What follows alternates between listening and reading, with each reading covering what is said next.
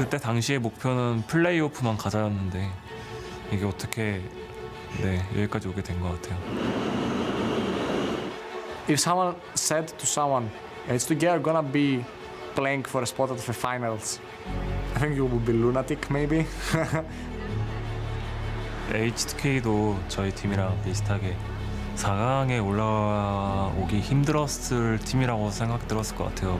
근데 방심할 수 없는 팀인 것 같고 그래서 준비를 많이 해야 될 것 같아요. There is a reason that they are here instead of TSM or G2 or Flash Wolves. I think they're a really good team.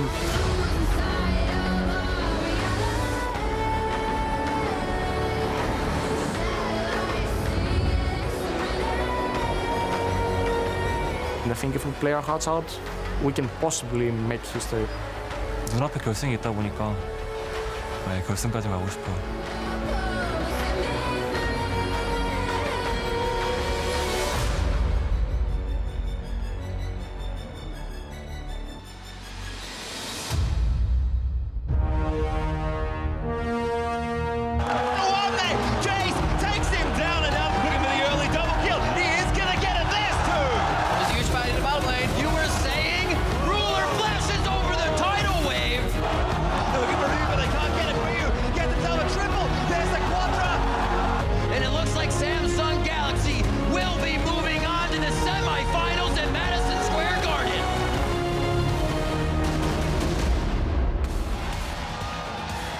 Welcome, ladies and gentlemen, to the 2016 League of Legends World Championship.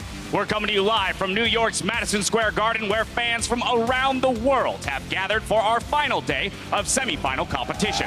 By the night's end, only 2 teams will remain in pursuit of the Summoners Cup to face off in next week's finals. Now, last night we had one of the most epic 5-game series in the history of Worlds, and I know that fans, casters, analysts alike are hoping for the exact same tonight. Of course, we have packed this entire place to the brim, as you can see here, and people are more than ready to see some sweet World semifinal action. Semifinalist Samsung Galaxy here representing the LCK, getting ready backstage for this semifinal showdown. Of course, they'll face a hungry H2K lineup. Both of these teams have not dropped a single game over the last 2 weeks.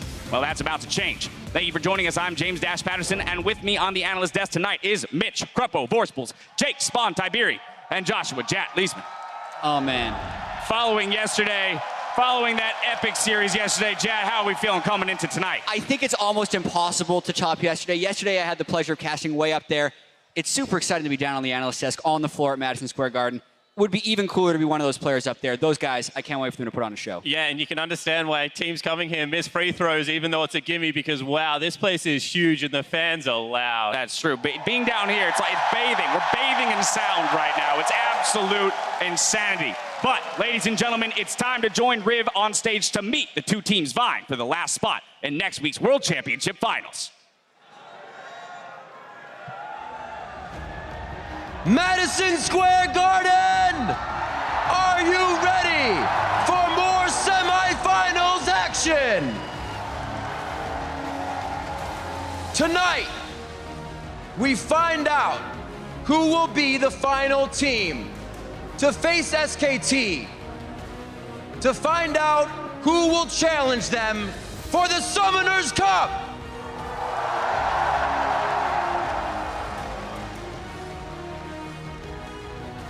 Now, please join me in welcoming tonight's semi-finalists in our competition. Starting on the blue side, the surprise from the Korean LCK, Samsung Galaxy. Slicing Maelstrom on 3 members, the shockwave from Crown, and Cloud9 is melting. Samsung looks so impressive. They want to go all the way to the end. They came in hungry to book their ticket over to the Big Apple, and it looks like Samsung Galaxy will be moving on to the semifinals at Madison Square Garden. In the top lane, Juve.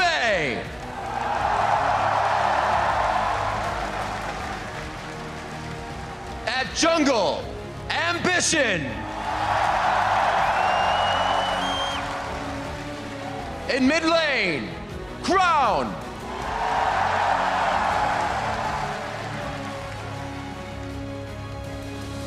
At AD carry, Ruler.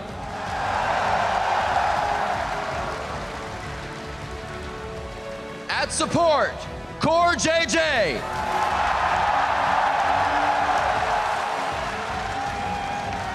Their sub at the support position, Wraith.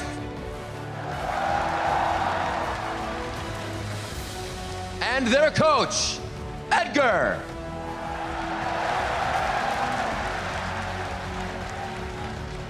Once again, Samsung Galaxy.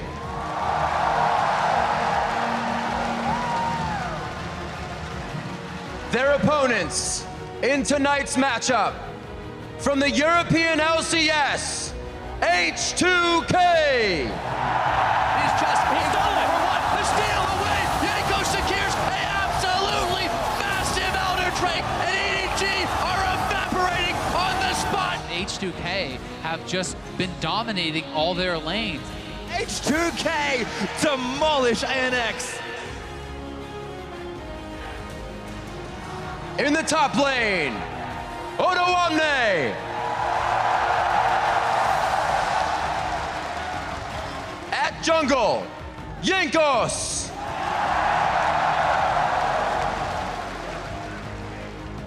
In mid lane, Ryu.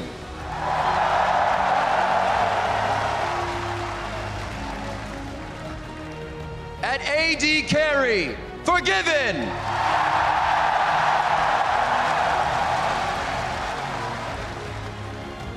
At support, Vander.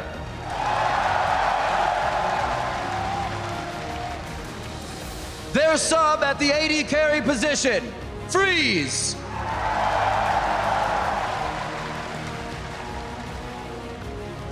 And their coach, Brawly.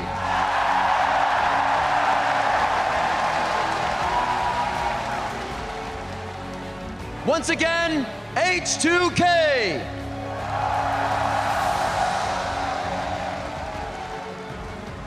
And put your hands together one more time for both tonight's semi-finalists.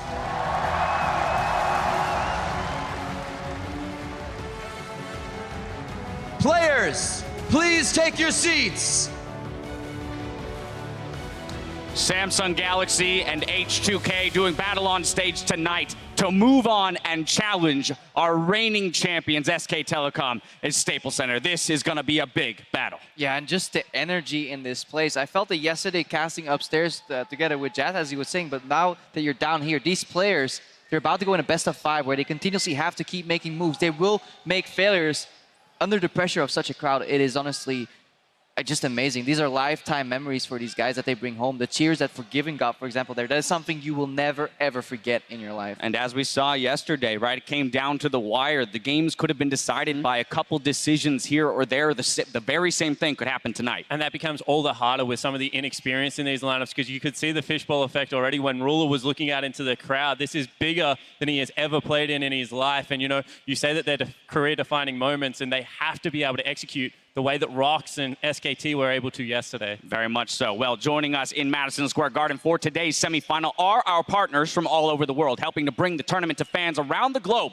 in 18 languages. Seen here are our counterparts from Brazil's CB LOL. The team from the LPL are bringing the action to the audience in China, and the Korean team here from OGN live at MSG as well. And then lastly, we have the LPL's Ren Dong, along with the Spiralcrats, making an appearance here at MSG. Now, we've come a long way since the group stages in San Francisco, and now only 3 teams remain. SK Telecom T1 defeated Rox Tigers in yesterday's 5-game match. They will play tonight's winner in the finals next week.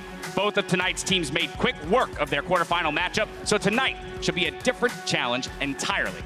And of course, you can still help raise the stakes in next week's clash for the Cup. 25% of all Championship Z and Championship Ward Skin proceeds will go directly to the world's prize pool. By the end of the group stage, the prize pool was more than doubled. We'll bring you another update on the numbers next week. Now, before we dig into that matchup, let's talk a bit about what we saw last night between SKT and the Rox Tigers. Yeah, and you know, Jat and I went to dinner last night, and we're sitting there naming all the great matchups at Worlds that have happened, and this might be the best. In fact, I think it was, because these two teams came in and executed at such a high level for 5 hours, and to watch them just go head-to-head, the two best teams in the world at that time, was honestly awe-inspiring to watch. And to add to that, that series just delivered on so many different levels. You had a pocket pick that no one had scouted from the entire world, support Misfortune, win 2 games, and then be banned for the next 2. You had Bengi coming in off the bench as a 2-time world champion to be 3-0 in the series. And you also had the number 1 and the number 2 player in the world battling for that crown. It had everything, and it was just a pleasure to watch. Yeah, you had veterans already in Smeb and FLICKR, but then you also had like kind of newer players like a Peanut who completely he thrived under this environment, you know, with the crowd just rallying behind him. Just standing here right now and feeling the atmosphere in this stage just makes me appreciate that match even more, because Rox Tigers kept playing on the aggressive even after failing a couple of times under such many eyes here in such a round theater. I'm used to playing from the stage and then looking backwards, but everywhere you look, you're surrounded by people watching you play. It's honestly so impressive that they kept going and kept smiling. Yeah, you can't escape them. But dare I say that Peanut snatched the heart of the world throughout this tournament with his devilishly cute looks, as you can hear here. Anyway, time to move on to the match at hand. The LCK Samsung Galaxy versus Europe's H2K. Both of these teams exceeded expectations, finishing first in their groups, went undefeated through the quarterfinals, and are now making a run at the finals. What has gotten these teams this far? Yeah, and I mean, when you look at this Samsung Galaxy roster, you have to have so much respect, because in 2014, Blue and White lost all of their starting members, and it was only Cuvée off the bench that stuck around. They've rebuilt, failed in 2015. 2016, only Cuvée remains from that lineup. They bring in ambition, the older figure in the team, the shot caller, and they've been able to bring it all the way to semifinals. Rule has only been playing AD carry professionally for a year, Core JJ support for 3 months, and you know, you have people like Crown that have come across from the CB LOL. This team was kind of mismatched together, but boy, has it worked out in their favor. Yeah, and then you take that story and juxtapose it with how dominant they've been at Worlds. They have the fewest losses of any team here. They have the fastest average win time, and they have decent early game advantages, but this team really takes off after 15 minutes and closes the game out quickly. Yeah, they go off in the 15 to 20 minute mark. Every single game, they either find an opportunity themselves or they just force their opponents to make a mistake seemingly randomly, but because it happens so consistently, we have to credit Samsung for that fact. And honestly, they're 6-0 right now with Core JJ. They have been swapping him in and out with Rafe on the support position, but it seems every time they swap him in, they just play that little bit more aggressive. He doesn't really do that much more in lane, but it seems that every player plays much better when Core JJ is in a team. It's some type of environment thing with this, guys, and you can speak as a player. Sometimes when you have that guy that comes in, people just gel and play better around him, and that seems to be what's happening with Core JJ. Could even be a communication thing. When somebody just says a little thing, it nudges the communication forward. Yeah, absolutely. And as you mentioned, of course, he's only been playing support for 3 months, professionally for longer than that. But to make that kind of transition with a team and to have this kind of team-wide effect is pretty stellar. And that's what it is, right? It's a team-wide effect because they play more aggressive, they draft around it, their laning phase is great. And when you have a look at this lineup and just how they click and gel, it has become such a no-brainer to start who was a sub at the start of Worlds in the semi-final now, and you've got to really give the player credit for that. On the other side of this matchup, we do have H2K, who have had a similar run through the tournament. Yeah, and you look at this team, and it seems like they're gelling at exactly the right time because they never really put it all together during the European splits, where they were never even able to make it to a finals. You look at this team on paper, they have tremendous individual players, but either someone has been underperforming or the team has completely lacked cohesion. Yet here at Worlds, they're winning their lanes consistently, and they're actually able to close the game. So finally, it's like the dream team that H2K has always wanted to be together.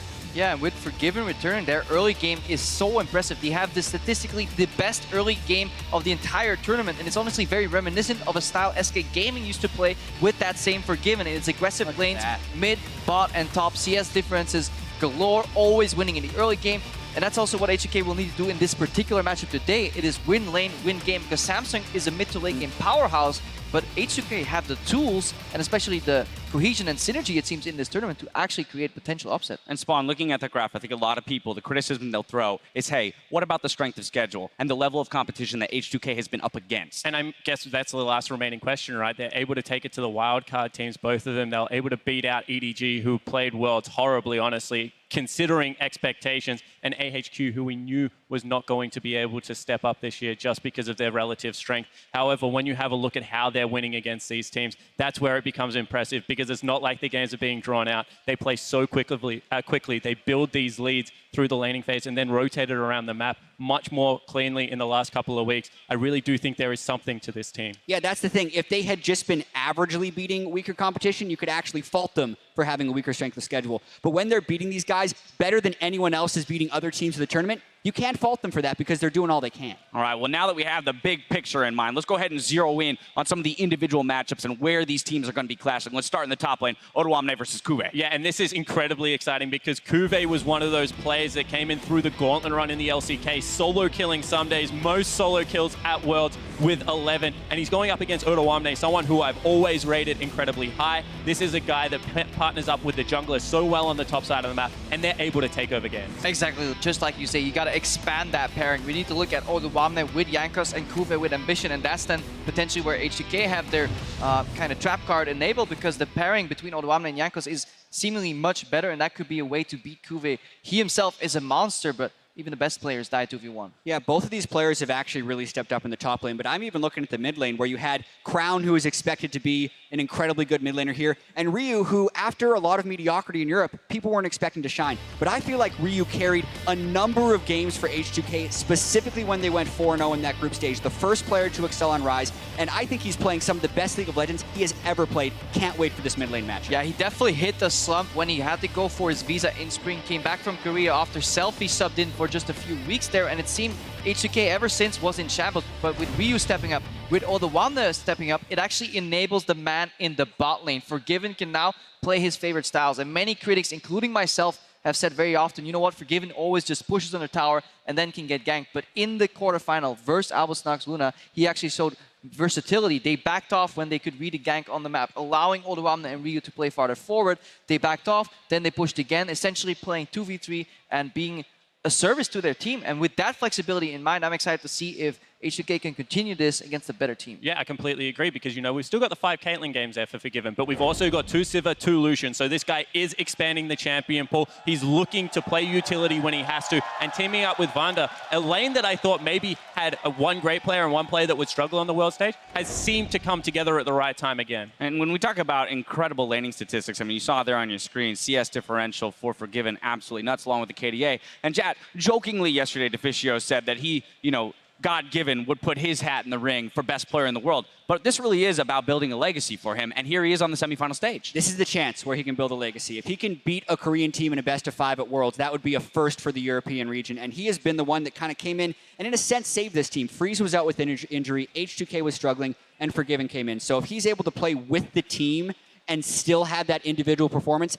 that's where he can really define himself. But this is where the matchup gets incredibly exciting for me, because we're talking about one team that plays through laners. It's going to take over sub 15 minutes. Then we're talking about Samsung, the team that sets up so many traps through good vision, 15 to 22 minutes, and then crushes teams. It's so hard to tell exactly how they do it, because they're doing it in different parts of the map, but their warding, their vision control, and their ability to execute is second to none at the moment. But we also have to count in pressure, and H2K historically have cracked under pressure in best-of-5s. They also parted ways with Forgiven in the past. They look to have mended most of those issues already, and they're playing, honestly, much better than anybody really expected. But we need to see if they can keep going, use that momentum forward, and play their signature style of all those strong lanes, getting in a gold lead, getting into the mid-game with that lead. All right, time now to distill all this information into your predictions for tonight. So which is going to be the team to move on and challenge SKT for the Summoners Cup? Crepo, if we're looking at all these things we just mentioned, it looks really good on paper for H2K. Strong lanes, everybody showing up, jungle and top synergy, but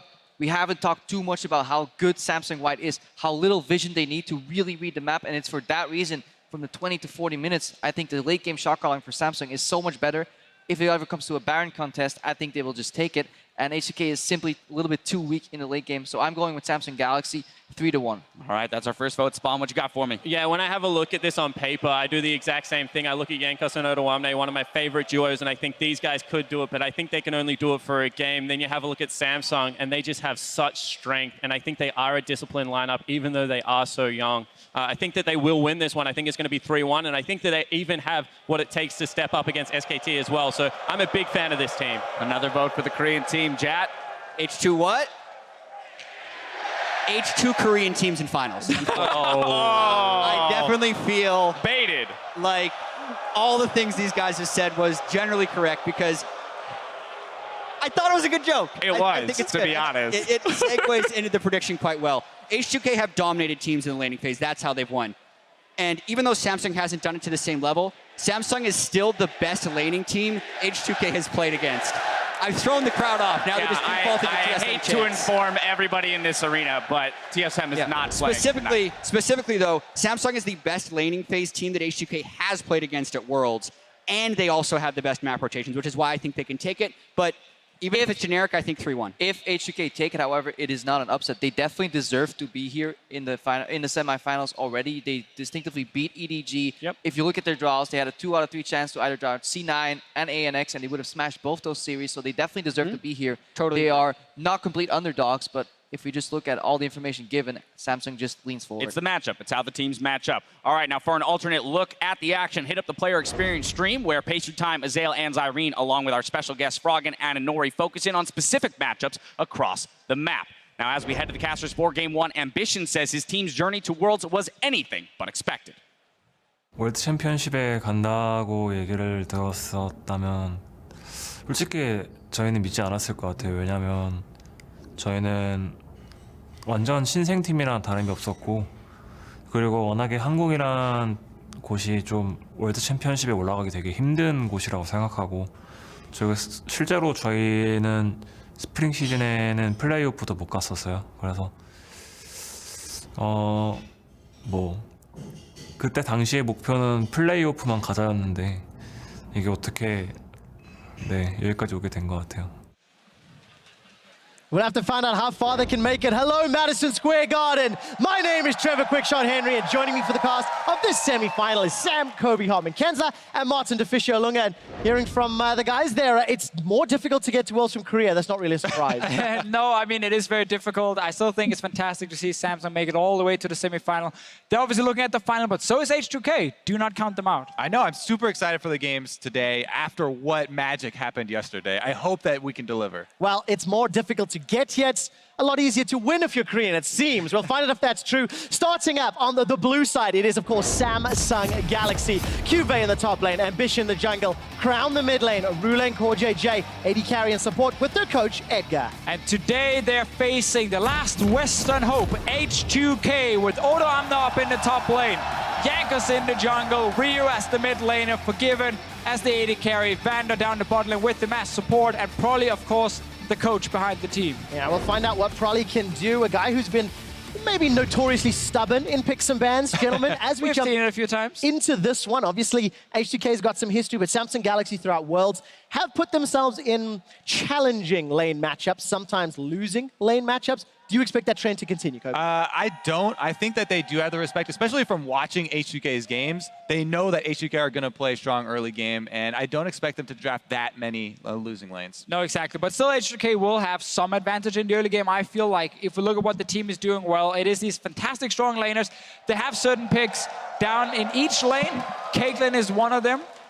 Sadly for H2K, they will not be playing Caitlyn right now. Yeah, I don't think they're going to let Forgiven have Caitlyn for the entire series. Similar things could be said for Ruler's Jhin, though, as it's been extremely potent for Samsung as well. Another thing we got to track here is Syndra. Samsung has banned the last 7 games. They've, funny enough, also won the last 7 games. But no matter what side they were on, they banned away that Syndra pick.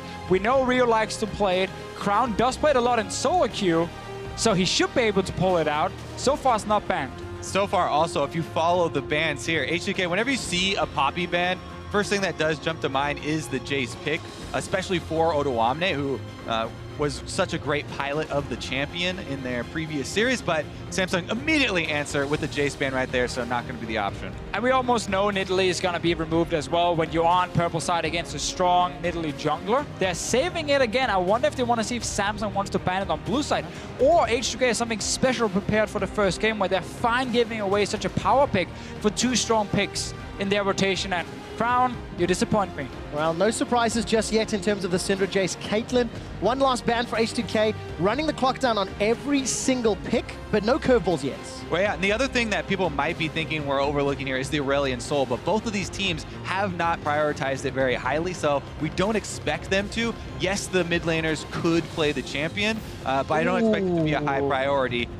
Meanwhile, the Rise was very strong from both of them, and that gives over that Nidalee. That is so big if you can get strong lanes especially, though. And H2K probably have faith in their laners to be able to collapse and protect the jungle. And I wonder if Jankos wants to play Lee Sin against it. It's something European junglers have done in the past. You get to level 6 on Lee Sin, get double longsword, and you try and just duel the Nidalee and kind of burst her down very, very quickly. So it is a matchup. He's obviously played a lot, but it's so risky giving away the S-tier jungler to also a jungler like Ambition, who's been playing really well so far in this tournament. Especially, yeah, I mean, Ambition's been playing the game since 2012, and he even played mid lane Nidalee. This guy definitely has the experience on the champion. Yeah, Bako Zubu plays. I actually had the pleasure of casting him here in New York 4 years ago when they swept the world. This time around, Ambition will be leading the way on that jungle champion. And we need to see what Pro decides to do throughout the course of this series. The other picks that have risen to popularity, Zyra and Olaf. Now the question, gentlemen, will Misfortune be played by CoreJJ? Because Reddit taught me that solo queue, both of these guys are playing it. Yeah, and also we know Samsung has been scrimming against the Rox Tiger, so obviously they have seen the pick in these scrims here. It was something that was played in Korean solo queue as well, even before World started. So he should have it. The Ashe is another one. Ruler has been spamming Ashe the last day, basically. The last 7 games, he's played 5 of them on Ashe. We very well could see that same Ashe and Misfortune lane. I mean, CoreJJ was also an 80 carry previously, playing in North America as well. Well, Madison Square Garden definitely wants to see it. There was rumbles of MF throughout the crowd. There it is! And the thing about MF... It's done! It's done! It's so good against Zyra because it's so easy to dodge Zyra's damage in the lane phase due to the extra movement speed that she also brings and the range on Make It Rain. And Zyra does not offer any sort of sustain. There's no shielding, there's no healing, so you just keep getting poked down ever so slightly, and then when you're low enough, well, you get all in by an Ashe arrow and an MF ulti, and then you die. H2K knew about this pick. The entire world knows about this pick now, so they can't be surprised. Here's one thing that is popping out to me, though. Previously, Samsung, trend I've seen in all their team comps, they love having at least one tank. And Poppy is banned from the top lane. They do not have a tank in the jungle. They do not have a tank at support. Is this going to be a look from Samsung where they don't run with that solid front line because they have relied on strong 5-on-5 late game, and if you lose a tank from your team comp, it makes it really hard to face check Brush. That being said, they do have the Ashe, though, for the hawk shot. Yeah, they do have some sort of way to engage Angered Vision, but there is still picks like Echo up at top, and there is not. None of them are great matchups against Kennen, though, so I really like this Kennen pick. When you have Jace being removed, who's the best pick against Kennen, there's really no hard lanes for him to play. So this puts Odo Amne in a pretty good situation. Let's see if they're more surprised. I would love to see a Kled. We've seen very little Kled so far. I'm not believing it just yet. Not believing it just yet. It's gotta be probably the Echo. Let's get back to what was actually drafted then, because we didn't talk about the Sivir. Sivir's speed boost is so important for both Olaf and Kennen to be able to engage on this back line. We talked about how many ranged champions Samsung have. They have a very squishy back line. If the extra speed can allow Kennen, to dodge into the back line and get there with the Proto Belt Flash plus the Olaf follow-up, then that could be the hard engage that H2K are banking on. And I wouldn't mind seeing something like Orianna coming in here last from Rio. He's a guy who can play so many different picks. There's still things like Malzahar as well if he wants that. Aurelion Sol, he wants to surprise us and have something that can actually roam and impact the side lanes. Orianna was a matchup we saw yesterday, though. FLICKR won that matchup every time. Got a lot of pressure in lane, could roam first. And that is something H2K needs right now because they're not going to win this bot lane easily. Well, how about some crazy picks? We were discussing off air whether or not a last pick Kassadin is something that an EU mid laner could pull out. I don't think it's going to be the case here, but a customary harbor for Ryu Z. 10 seconds left on the clock. It's not time yet. No, not yet. He's got to make it to the finals to face FLICKR before he pulls that one out. Going to be the Cassiopeia, so movement speed from Sivir's going to help out, but not the longest of ranges. A little surprising to me. Definitely a daring pick there, versus Crown's Victor, who has been, his most prolific champion, very, very strong. And he's also been able to ward off ganks very effectively, even getting return kills in like 2v1 scenarios. So definitely Samsung do have the confidence in that pick for him, even though the tank that they did end up picking, Echo, is one of those unreliable tanks that's a little bit harder to peel for the rest of the champions. Crown's gravity field have been very, very strong. Yeah, and they have enough CC coming from something like Ashe as well to kind of keep people away. Ashe can kind of peel for herself, but yeah, a little bit different pick and ban phase in some way, I guess. Getting a Victor for Crown always makes it very stable, though. Yeah. That's his most played champion, obviously. We see it almost every game when it is available. I think H2K, though, will have a strong top side of the map. Cannon up there is going to be good. You can definitely duel early as an Olaf, and Cassiopeia will be fine in the mid lane. So I'm expecting to see them focus on that side, but they have to look out for that level 6 bot lane with Ashe MF, because otherwise Vander is going to die. Yeah, we have seen that multiple times before with the Ashe MF lineup. It worked yesterday against SKT. If it's good enough for SKT, I'm sure it's good enough for H2K. We're going to find out how these two teams perform and whether or not allowing that Victor through instead banning the Rise was the right decision. You guys jump onto Twitter, let us know.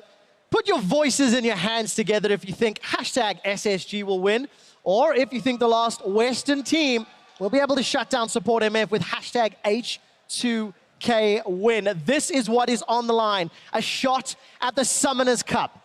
A shot at the undoubtable strongest team League of Legends has ever seen in SKT, and one of these two will go up against them. It's the semi-final from Madison Square Garden. Samsung Galaxy taking on H2K.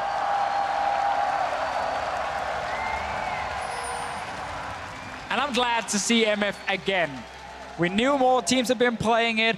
So far, undefeated at Worlds, 100% win rate, 2-0. They're banned in 2 games as well in the semi-final. Oh, no, quick here! Okay, well, there we go. This is going to be problems. Ambition is low! Okay, H2, what was that? They've killed Ambition! So space check bottom lane! Both teams did exactly the same. They wanted to send the junglers with the dual lanes down to that lane and hide in the bush. Probably was Ambition was the guy who face-checked, and that's why he died. The observers almost even weren't ready for this. We have to replay because it happened so early. No, the ward got placed on him, and he ignored the ward and walked into the bush. He saw the ward being placed right at his feet. Let that be a lesson to you. Don't drop a ward on Ambition or he'll face-check you. Don't first pick that Nidalee. H2K knew. It's not the Nidalee's fault. I'm gonna go with it's not the pick fault right there. What? That's definitely the pilot. All right, so we're off to a crazy start here in the semi-final. Longsword picked up for Forgiven. That's gonna help make this lane just a little more sustainable. Yeah, that is huge for H2K and fits our story. H2K being so strong early game. Yay, already have a goal lead in this game. Our storyline is legit. Predicted. But H2K, it is huge for them getting that first spot. Small item advantage bot lane. Everything H2K can get will help them because it is a super tough lane. Ashe and MF. The thing is, it's actually so rare to get one of those kills early enough to recall and to return to the lane with that longsword. So he actually has that combat power for the lane phase. See here, Ryu though going toe-to-toe. Trading back and forth with those twin fangs. CoreJJ no flash, so if he continues to play aggressively, there may be an opportunity for Jankos to come in. There we go. Make it rain, and a couple of autos from CoreJJ zoning Forgiven away. That's always what happens when you see these level 1s and someone has to use a summoner. The game plan can change for the team. Jankos will need to get that blue buff, get back some mana, and is actually healthy enough to gank. Ghost is ready very soon for him as well if he wants to go for something. But Samsung should know they've already placed a few walls on bottom side. Jankos might have to take the long route around the Dragon Pit. That's actually what he's doing at the moment. He's not spotted so far. Yeah, he definitely is going for the bottom lane since he passed up the Scuttle Crab. Normally, we definitely see him take that early, and he's got the route into the bottom lane. Ghost is going to come up shortly. Samsung Galaxy, they're in trouble. The flash route from Vander. CoreJJ's the target. Game over. Jankos gets a kill. So smart. I love talking about these layers of mind games in the early game where you only have few trinket wards to rely upon. No flash. Oh, never mind. We got more action. Ryu's in so much trouble. Pounce is flashed away from, but Ambition gets one back. Scuttle Crab is going to be the focus. There may be a contest. Javelin toss comes out. Ambition's gone into Cooper. Oh, smite smite it it. away. Throws the flag. Now, gentlemen, despite the kill back, H2K are 8-0 when securing first blood. Is it too early to throw that out there? Slightly too early. It's early. Too early. We're watching Ambition's revenge right now as he goes and takes the solo kill and then the Scuttle Crab. Yeah, and some really bad things actually happened for H2K there. Ryu, we saw that one. Ryu ended up using both summoners, but he didn't flash the spear. He took it straight in the face, used both summoners after, and still died. And also Van had to flash in the bottom lane to set up that kill on MF. They didn't want to risk Nidalee showing up for Cunningham, and now Ryu has the summoner. Ryu's dead, no doubts about it.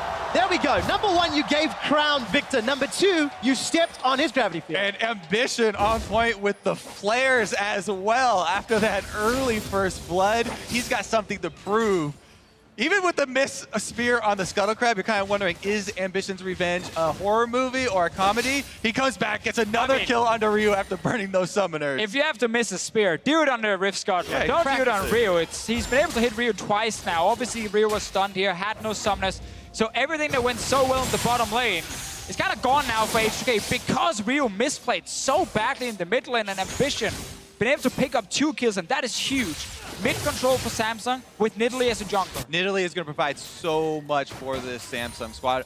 Also, he still has flash as well, so adding extra kill pressure there, now level 6.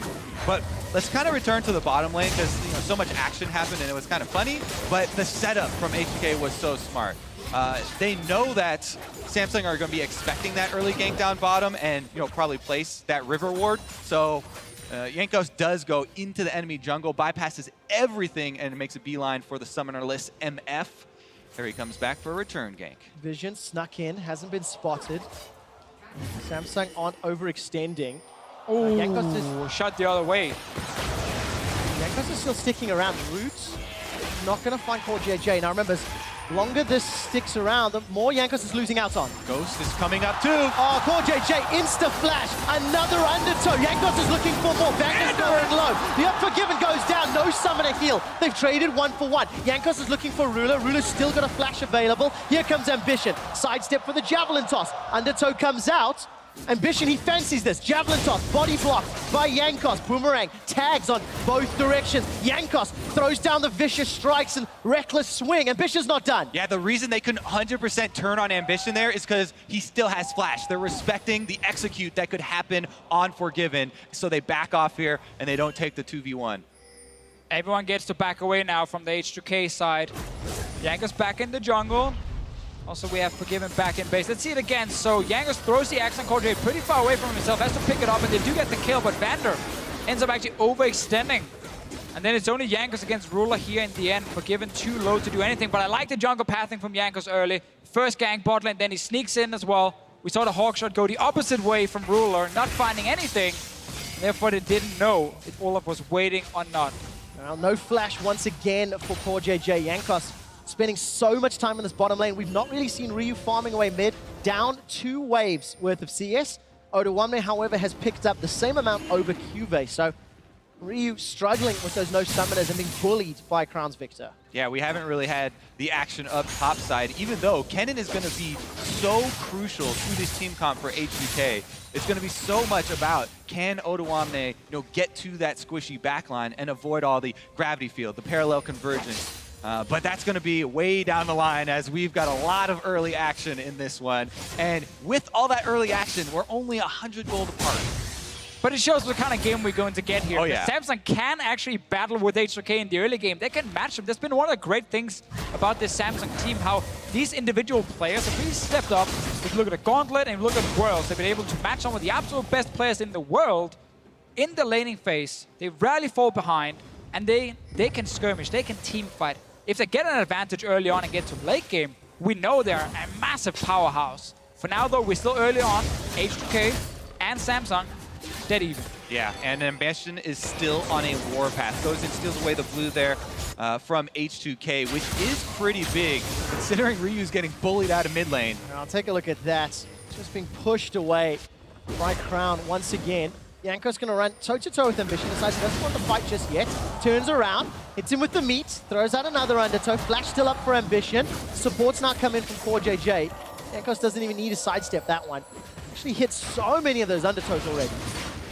It's just insane how this game is all about bot lane right now. After those kills we had early on, Summoners being blown, no flash from Core JJ at the moment.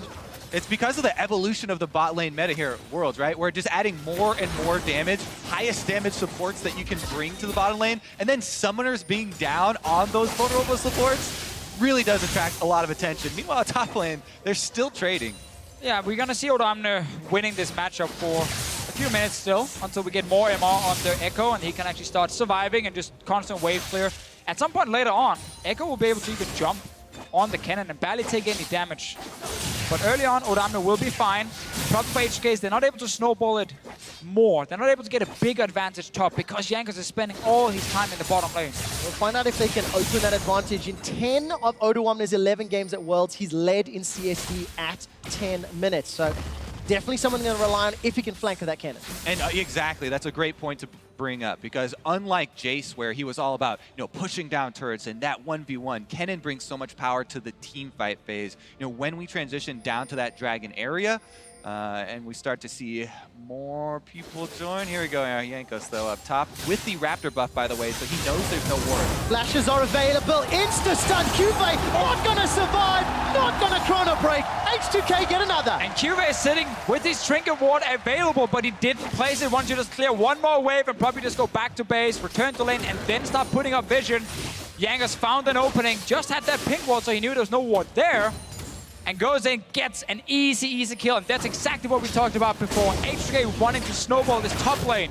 And they got the kill. Yeah, but at what cost, gentlemen? Ambition's going to be soloing the dragon. Cuvée started his teleport. You can see it on the minimap. Tower is under pressure. Cuvé's actually going to commit to this one. A little bit of damage from Jankos onto Odo, and I don't think they're going to get Tower first blood. Yeah, that is crucial because, trading... Oh, here we go, though. A little bit more of a trade. But trading Dragon, for first turret gold would actually be pretty good for H2K, considering they also got the kill. Remember now, the big difference is going to be this teleport. Oh, flash away! Vander gets out of the Enchanted Crystal Arrow, but that's the combo that Samsung Galaxy were looking for. Waiting for the rinse and repeat. Javelin toss won't find a target. Ambition's just going to pounce away to safety, but now Vander's going to play so careful. Always important to see very quick cross-map reactions. Or if you're doing something top lane, we will do something down the bottom lane, Dragon over to Samsung, and then also forcing that flash. So next time Ruler has his ulti, Vander will die. Plus, it's important to look at, the mini objectives that we have in League of Legends. Before going for that Dragon, Ambition did the homework of putting down wards in the blue quadrant jungle of H2K. Now it's so much easier and safer for Samsung to go replace those wards and retain control around this area for consecutive Dragons and consecutive plays around bottom lane. He's still down here in the bottom lane, but so is Jankos. Now it's very easy for H2K to kind of read the play. We have no flash in our support. Enemy junglers warded up our bot side jungle. There's a high chance he's still around. And that's why Jankos has been pathing straight from base all the way down here for potential counter gank. These wards will expire though. It will just be a river control for Samsung, and we're waiting for that Ashe ultimate. Well, before we get to that, Cuvé's once again going to jump on Odo. Slicing Maelstrom is available, a bunch of minions to help out, and Odo backs away, but still getting collapsed on every time Cuvée can. Doesn't look like it's over just yet. Phase Dive is off cooldown, as is Time Winder. There we go, tagging both. And Odo forced to run away. Yeah, we can see it gets harder and harder for Odoamne to take these trades because the MR is just going to keep racking up on this Echo here, and he can keep jumping and trading over and over. And what we really need to look for are wards placed to give Odoamne an opportunity to use this teleport advantage. Cuvée had to use his to get back to lane and protect that first turret gold. That means that Odoamne has the potential for a pretty big play, considering the power that he will be at once he hits level 11 will be huge, especially on bottom lane. And you guys just saw a hawk shot flying right behind Jankos. Basically, Ruler is able to scout 3 camps on top side to see where exactly is the jungler. Is there any camps down so we can kind of figure out his path if he's not there already. They did see him on the red buff, so they know he's top side. This should be enough information for Cuvée to not play too aggressive, and you can see on your minimap, he's backing away. I do expect the first turret gold to spark the next big fight. Top line, H2K has the top turret down pretty low, and bottom side, Samsung have done a lot of work whittling down that turret be careful about getting baited in for that first turret gold. It is a huge objective, but they don't have the teleport from topside for Samsung. Not just yet. QB jumps back into lane with that chrono break. Ambition looking to once again get in there and just clear this buff out. I mean, it belongs to Samsung. That's what, 3 in a row now? QB's in trouble. Remember, no chrono break. Yanko's just threatening pressure because of that juicy tower. As long as H2K can get this top tower down, then they're okay surrendering the bottom side. Yes, it sucks for Forgiven. He's on a utility-focused champion, though, and he can just buff up the rest of his team. They're going to lose the race, though. They haven't done it quick enough. Not at all. So, tower first blood secured by Samsung Galaxy. They temporarily hold a gold lead. It is now 1,500 gold. Gentlemen, we're about to hit the 15-minute mark. That is about when... Ooh, hold that thought. Enchanted Crystal Arrow flying. Ryu sidestep, stuns up Ambition. Uses the Ghost to slither to safety. That's the kind of play we want to see under pressure from Ryu. Not the ones we saw earlier where he gets the spear in the face, flashes after, still dies. Good reaction here with the Ghost. And the problem for H2K was simply they couldn't get enough damage on tower without the jungler being there. Bottom lane, Samsung's dual lane got enough damage on tower alone, and then Ambition joined to finish the tower. To finish off that thought, between 15 and 25 minutes is where Samsung Galaxy have finished a lot of their games in recent weeks. H2K now need to show that they can compete in the mid game. Pressure onto Ryu, support from Yankos. That Javelin didn't find its target, and it looks like the wave is going to be the primary focus yet, so try to push Samsung away. Yeah, some very good dodges here from Ryu to be able to stay in lane and collect some extra gold. He had a pretty rough laning phase considering the extra ganks that Ambition sent towards the mid lane and burning his summoner so often, so he has been able to scrape by here, but we're transitioning to that very critical point pretty soon where it is going to be more about the flanks. There's the level 11 on the top laners. And I really like Samsung's mid game. You know, when you get the full Hex core on Victor, he can easily sit and wave clear forever, has enough damage to be a threat. Ashe gets her first item, the Essence Reaver, and can start firing ultis away. And that's where you can create a lot of picks if you're Samsung. And H2K, they have to be able to react instantly and take the fight. Right. H2K going to have to react here. Crown gets rooted up. Bander's now the target, flashes away from the Crystal Arrow. He didn't get punished last time that happened, but it feels like this will be different. Yeah, those are pretty big summoner clone here. Not Forgiven, actually. The targets. Well, not going to blow any of his summoners. Odo's come to reply. Didn't use his teleport, though. Just came straight from base with that Protobuff. Remember, with the importance of this fight, coming up on the next dragon, the wards place. You have to keep track of both the defensive and offensive vision. Ooh, Forgiven. Really holding his nerve. Not using that flash force field just yet. But the tower stands. H2K somehow hold off. They're still trailing in gold. They're trailing in pressure by a very large margin. And a lot of that has to do with the impact that Ambition has had in allowing their lanes to survive. Yeah, obviously H2K gave away that Nidalee. We knew it was going to be first pick if it was open. Ambition has had a fine game so far on it. It's actually done his job. Gank around mid side, put a lot of pressure on side lanes, just throwing spears over the wall, trying to force them off these turrets here.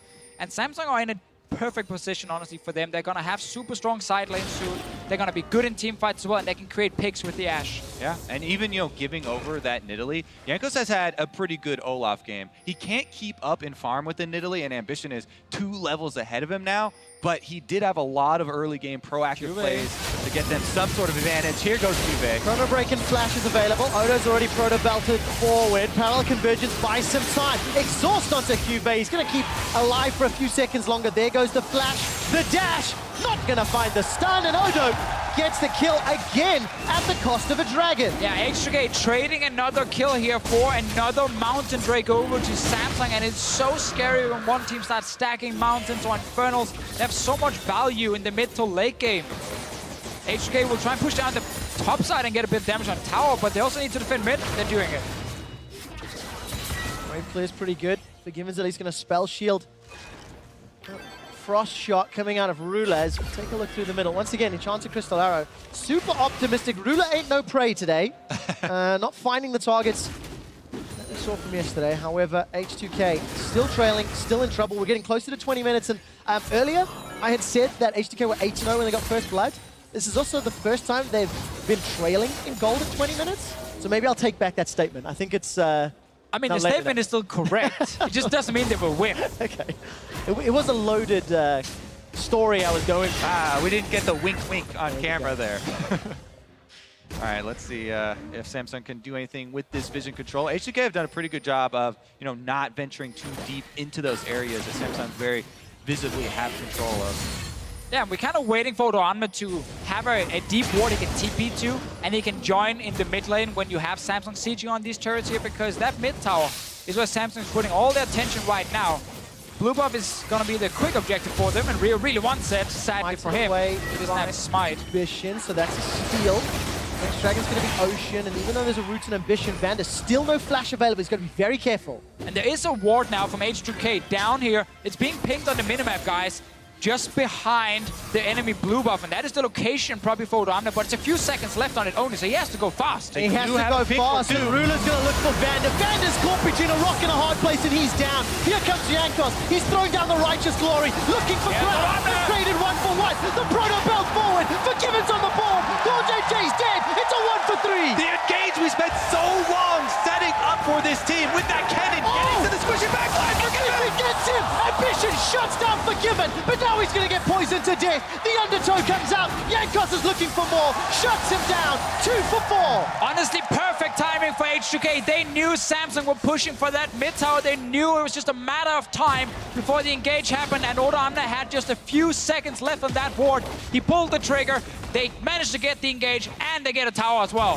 The problem is they lost the top tower at the same time. They still trail by 1,000 gold, but crucially, Odo, Jankos, and Forgiven, they've got the kills, they've got the gold, and here's a replay of how it happened. Let's take another look, because we mentioned the ward, you're going to have to keep track of him. Vander stepping up because they knew they were going for the engage, and it didn't even matter that he got 100% in here, because Odoamne is in the back, so you know there's no escape. He actually maybe didn't even need a flash there, because Jankos and Forgiven were cleaning up with the extra speed. Sadly, what happens very often if you're under so much pressure and you're forced to pull off a great engage to kind of stop the push from happening, your objectives are already taking a lot of damage, and mid tower goes down very quickly here. And look at that damage after the fact, the team fight. 450 from Kennen. Wow, that it was a great opportunity for them. Might have used a bit too much in that, as both Jankos, Forgiven, and Ryu had already cleaned up most of the kills. Vander with the classic support move, though. Use everything on me. I don't need to do anything. And then write Worth in all chat right after. Two big ultis. I mean, the big thing there, Jankos turning it around. Ghost and Righteous Glory.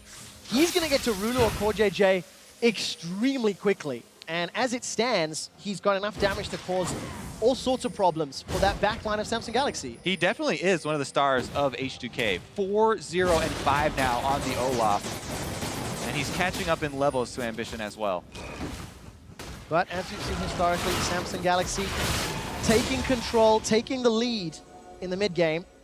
They maintain a gold advantage. They maintain control of the lanes. However, they cannot afford to get jumped on again like that by H2K. No, and now where we don't have a teleport on Odoamne, everything will kind of slow down a little bit for H2K because it's hard for them to get a proper engage. It's kind of just Jankos popping everything and running at Samsung to start the fight.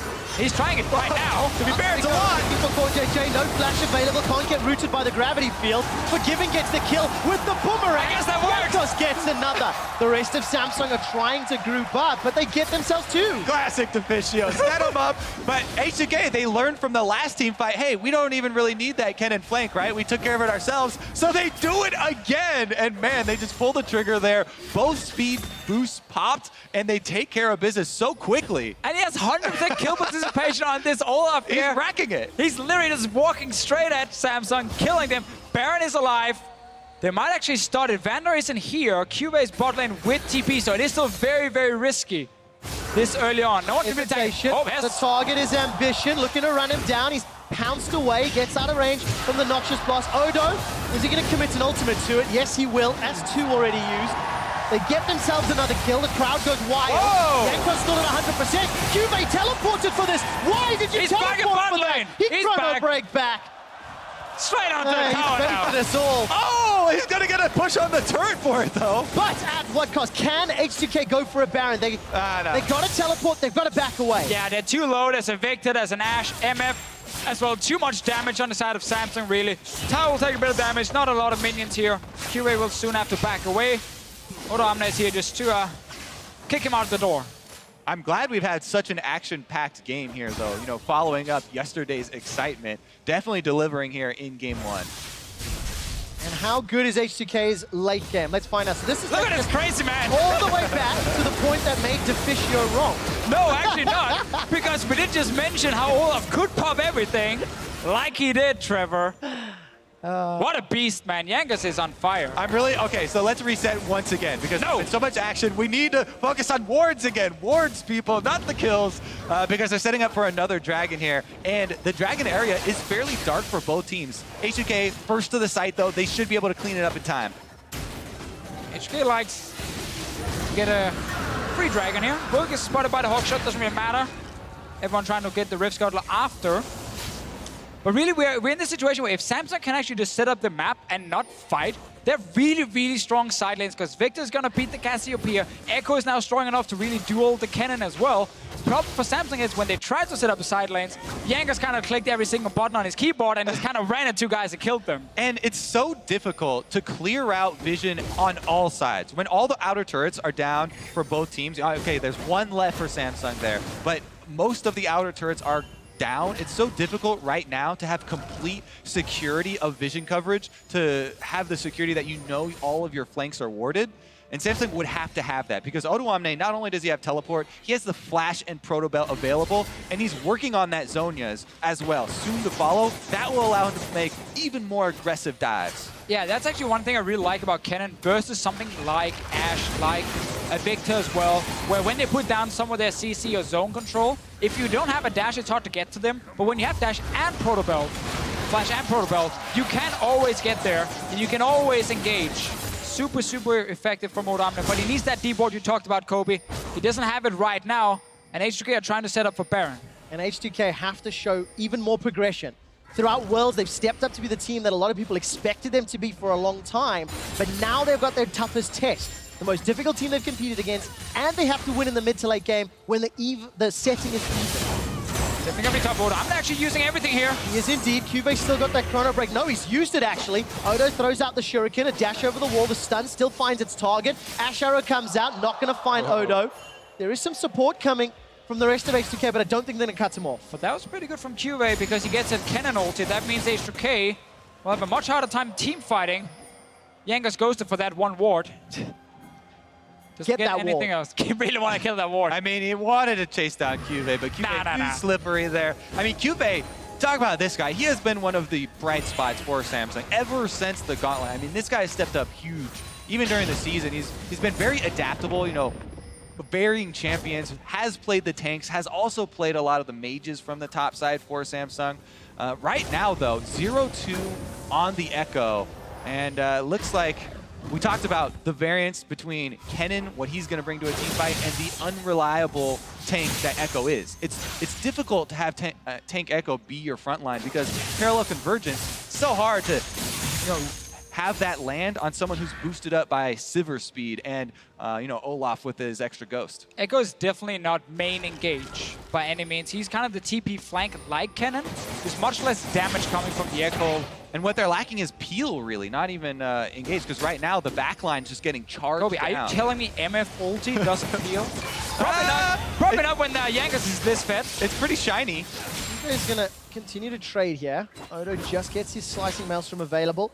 Used his Proto Belt and also has Hourglass. The rest of H2K, they're playing the Vision game up in the top half of the map. Yeah, so H2K have been trying to get Vision around this Baron here. This pink ward from Samsung you just saw on the bottom of your screen is very important because it actually stops H2K from having a ward here that Odoamne can TP onto and then instantly flank in and engage. So it's a good placement. They all obviously learned from the last ward placement here, but H2K have not really been able to completely take over the river. Whenever they set up a few pings, they then step back into mid lane, they lose one or two of them like we see here, and then have to kind of reset. Yangas is trying to flank. We'll find out if he can. Looking to run down Ambition and Ruler. Ruler's the target. Undertow throws down the Reckless Swing. Flash over from Ryu. He eats an Ash Arrow, but here comes Odoamne. He manages to get a kill onto Ruler. Goes golden with the Hourglass. Stranglethorns doesn't knock anybody out, but the gravity field does.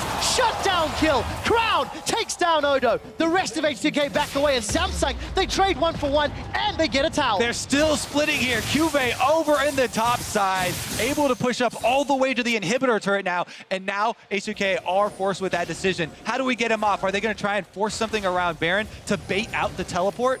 Look for the Nidalee Spears from Ambition. They can do a lot of damage right now. They want Cuvée to TP in there. He's coming now. Baron being started, going down fairly quickly from H2K side. Samsung have to respond. Baron's still going low. Ambition connects. The flash over from Forgiven. They're looking for him. That's a kill. They've traded 1 for 1. Yankov running for his life. Ryu's cut down. And with Cuvée chasing, you're never going to outrun an Echo. Phase dive forward. Forgiven's getting chunked out. Time winder plus boomerang equals death. Triple for Cuvée. These are those intelligent late game decisions we talked about from Samsung. They keep the pressure in the side lane and force H2K into that difficult spot of trying to bait out that teleport. Then they get caught in the pit, and Samsung do collect the kills. This entire game, Samsung have maintained map control, it feels like. Every single player that H2K have made work has not netted in objectives. They've only got 2 towers, they've only got 1 dragon. In contrast, 4 towers, 2 dragons, and now they even defend a Baron while on demand. Yeah, so here they actually want to just back away as soon as TP happens and then take the fight and then try and get out of the river, get back to base, but they stay on Baron for too long. As soon as Cuvée left that bot lane, H2K should have left the Baron. They got caught in there, Vander got caught outside of the Baron pit as well here and goes down. And that's really the problem for H2K. I think you highlighted it so well, Trevor. Whenever they invest so much for these big fights, only once have we seen them get a few kills and actually a tower. Often it's like 1 kill here, force a few summoners, and then it kind of stops. And then you invest the teleport from Odoamne that is so key to starting these fights, and you can't really do the same. Now look at it this way. Instead of Samsung giving up a kill for Dragon, they get a kill onto Vander and allows him to secure that Infernal Drake. No contest. That's the 3rd of the game. And H2K down 6K, down in Dragons, and they've been down in map pressure for 30 minutes. Yeah, Ruler was able to hit that arrow on the flash with Zyra. Right now, though, Odoamne looks to re-engage. Oh, he's even going to run away with that Z-Drive Resonance.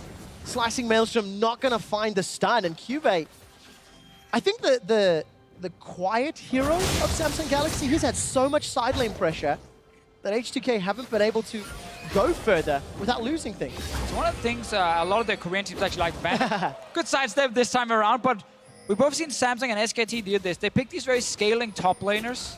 They can lose early game, fall down 20 CS, and it's not a problem because they will outscale whoever they're against in the 1v1 later on in the game. Very often become very tanky as well. We've seen the Poppy, we've seen the Trundle, we've seen the Echo. And you just sit in that side lane almost the entire game long, and you just push, push, push, and then you join for a potential team fight. And we've seen it quite a few times now, both Cuvée and Duke. And that is a risky strategy, because that puts so much pressure on the 4-man squad to disengage. OJJ is running for his life, throws down the bullet time. He's already chunked out. H2K invested quite a few things there. A couple of ghosts on the hunt as well.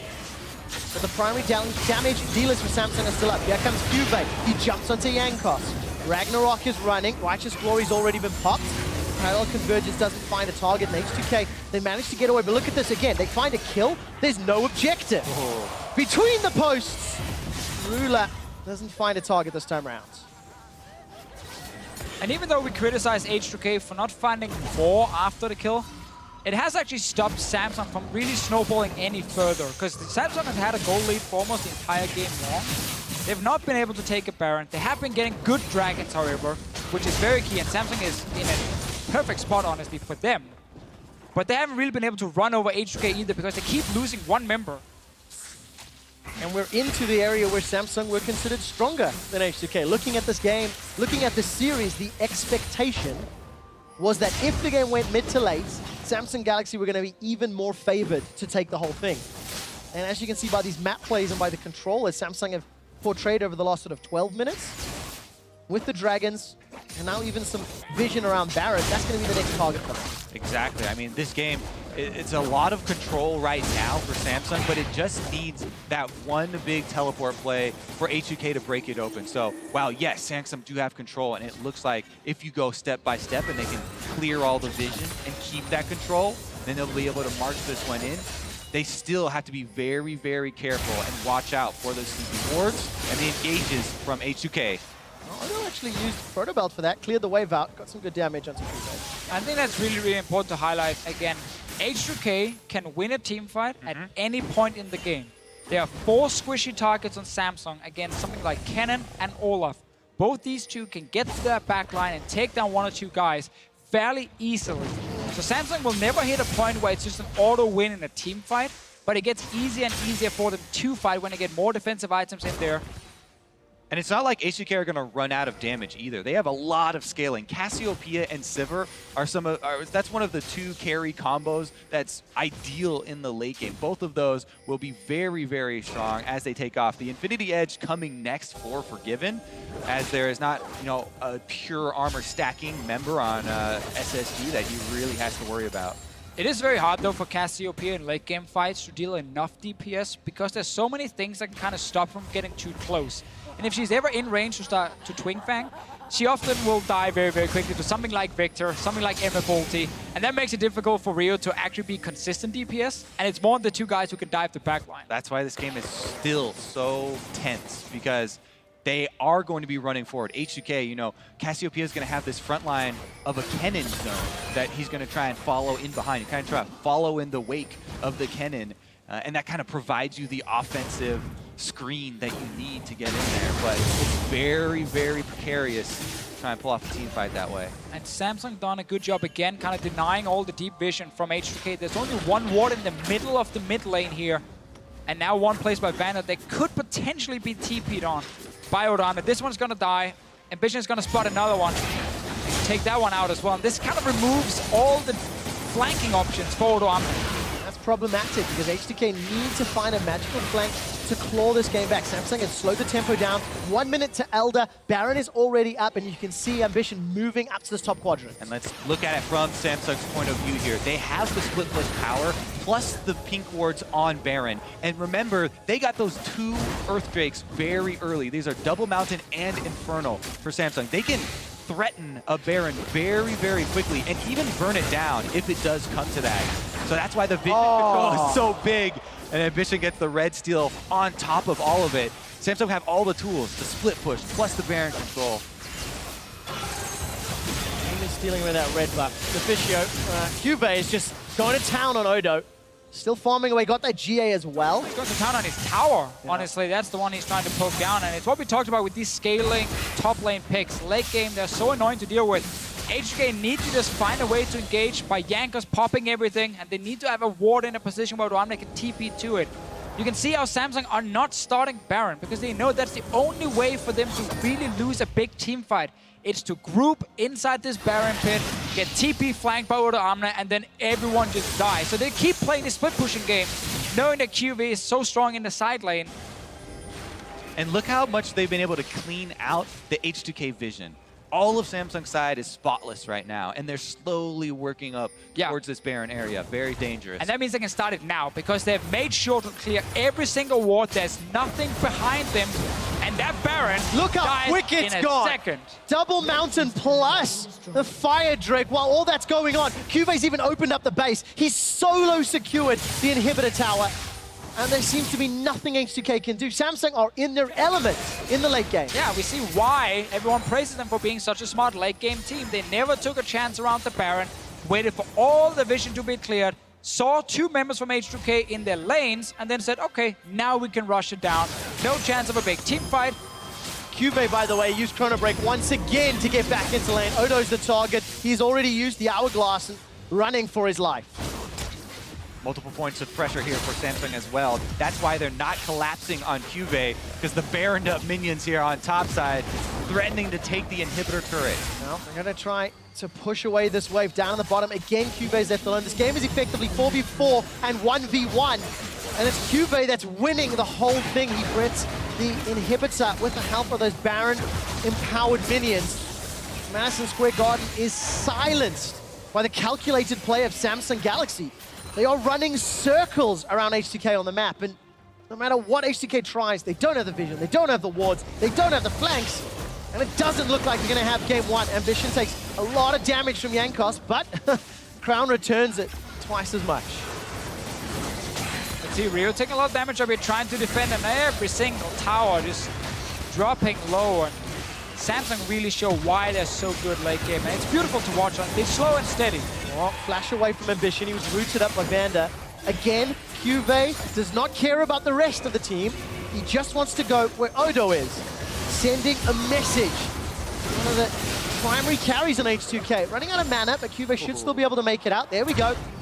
The Echo passive lets him run for days. Definitely one of the more annoying passes. Oh, look at that damage, but Given forced to flash away. Here comes Jankos. He can't flash over the wall. Very good gravity field. QV has teleported up. He's looking for Forgiven. The damage isn't there, though. Summoner heal was used. QV's in trouble, still got a GA. Owamne's already dead. He didn't even get down the slicing maelstrom. Crown gets his 5th of the game. Shuts down Ryu. Turns his attention to the Nexus turrets. And Samsung Galaxy are destroying H2K. Samsung Galaxy secure the win and continue their winning streak at Worlds. And this game really shows why Samsung are the favorites in this matchup here, because they're good enough to match the early game of H2K. And once they get that advantage, get past the laning phase, we see this really safe, calculated Samsung play towards the late game. So many teams would have rushed Baron way earlier with double Mountain Drake saying we can just burn it down, and there could have been a ward for Diamond to TP on. A big fight could have happened, and H2K had a way back in the game. Samsung knew, wait, let the Echo scale in the side lane, don't give them the big team fight, and we are going to be more than fine. That's why I really love watching games where there are two very distinct team comps here, two styles that they're trying to play. And H2K had a couple of good engages. The tension was building, but Samsung just too good at avoiding and keeping up that cross-map pressure. Yeah, if H2K wants to beat this Samsung team, they can't make some of the mistakes we saw in the early game. Ryu dying twice in mid lane because he messes up the flash very early. That cost him a lot and cost the team a lot as well. They didn't get a big enough advantage after getting first blood. And that allowed Samsung to just keep it even and then slowly but surely get further ahead. If there is one thing to say, the first blood was so early, it wasn't even full allotment of gold. The lane matchup is still topsy-turvy with that MF. Samsung Galaxy now 8 games straight over the last few weeks. If they can withstand the H2K early game and H2K are unable to find mid-game plays, surely that means Samsung Galaxy are just going to run away with this series, because that was where the strength of H2K was. They had the advantage, but was it messy plays, bad plays that cost them? The thing is that also, being on blue side changes up a lot in this, and I think that H2K will have a very different look coming into game number 2.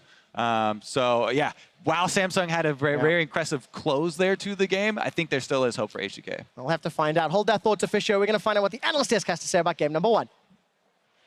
Thank you very much. Quick shot. Samsung Galaxy securing the first game of the series here, but I feel that this game went very much the way that we had talked about, the strengths and weaknesses of both of these teams leading up to the start of it all. H2K with a couple really big early kills, but ultimately Samsung Galaxy's late game decision making superior. Yeah, 100%. I think that when you give away a draft like this, when you give away Nidalee and Victor, two champions that have incredible control through the Rylai's build, it's always going to be hard to close on them. So you have to be able to stomp that early game and be able to transition into mid-game plays. And they had half of the recipe. They were picking up the kills, but they weren't getting any gold off these objectives. Yeah, and I think the extremely early kill in the bottom lane is what H2K would have needed to win that game. Yep. Because they had two pretty much winning lanes in the mid and top lane if they're playing properly, and then the lane that's supposed to get smashed with the Sivir Zyra there against the counterpick Misfortune Nash gets first blood, and suddenly they're okay. Not to mention they burn the Summoner spell on MF, but didn't work out. Yeah, it's very hard to kind of gauge in this game, but we could already see, despite numerous visits from Jankos in the bot lane, the CS in the bot lane was actually pretty even. That's because this lane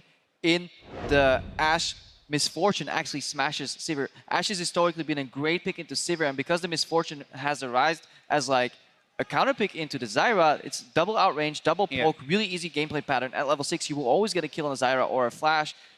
H2K needed Jankos to get these ganks off, and that's why I didn't like the draft that much. It was expected that Misfortune would come up, and I hope H2K don't get lulled into a false sense of security. Luckily for them, though, there was this genius pathing across the game from the first Blood King. Yeah, and Jankos was completely on fire. This was actually the only game Samsung was able to win after giving up first blood. So they had the early game gank, but this replay is mainly just trying to show the pathing. Notice how he completely avoids the river, takes a shallow path through the jungle so he's not going to run into the Nidalee, and he's no hesitation here because he knows Nidalee might path down there later, perfectly going for Core JJ right off the bat as well. Yeah, that's what he was doing there every single gank. Look at him. This one was great The too. Fog of War just at the edge, and we're not highlighting it for the kills, we're highlighting it for the pathing that Jankos was doing. Even now, he sends Vander out of the brush, he keeps waiting there. This guy masters Fog of War. He's aware of the pink ward. Communication with Odoamne, the 2v2 top lane, it was definitely won here. So if H2K can just draft a safe bot lane and keep playing around this top lane with Odoamne, that may be a better recipe because Jankos is going off. Yeah, you mentioned that Jankos needed the ganks to work, and they all did. 100% kill participation for him, even in this loss. Also, very interesting and smart itemization from him, going for that Righteous Glory very early. We saw the effectiveness of that in making picks. Yeah, and even the way he used it. So he speeds up with the Ghost, with the Righteous Glory. He'll get close to his opponent, wait for the Righteous Glory to proc, which is actually an AoE slow, a mini Randuin's as if it were. Then he throws the axe, hoping that they would flash already. He is really mastering this champion.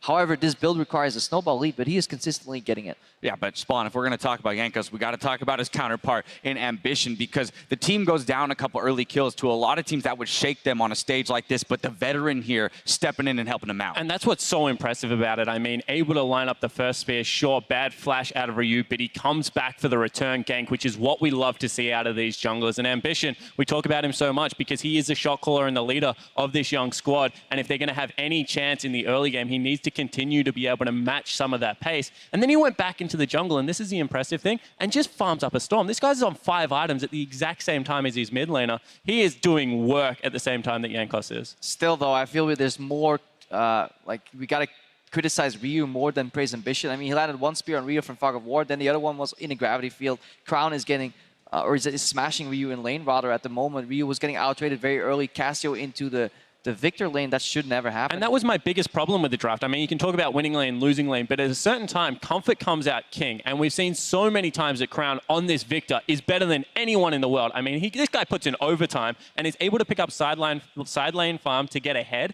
and then just team fights like a machine. I mean, I really don't think that you can afford to give it to him. And Jack, you were looking at this mid lane matchup, coming in saying that Ryu was one of the members for H2K that has stepped up the most coming into Worlds, but here he is. He goes down 2 early kills, is losing in CS. That's not what we want to see out of him. You don't want to see Ryu dying over and over again, and we saw a little bit of that this game. And yes, it was a little bit inexcusable. You do, though, give over the Nidalee, and you just get pressured in the mid lane. Nidalee is so good at pressuring a gank in the mid lane. Even if you're not landing spears, you just walk into the lane and auto-attack that, and you can win the lane just via that. Yes, Ryu played badly. Yes, he has to bounce back, but they did pick him into a bit of a corner. Absolutely. All right, now let's go ahead and take another look at Samsung Galaxy's 29-minute ace, brought to you by Acer. We talked about, okay, H2K, they're ahead. They're looking to make decisions, and Krepo, you had talked about the importance of Baron in this matchup with Swan. It all goes awry for them here.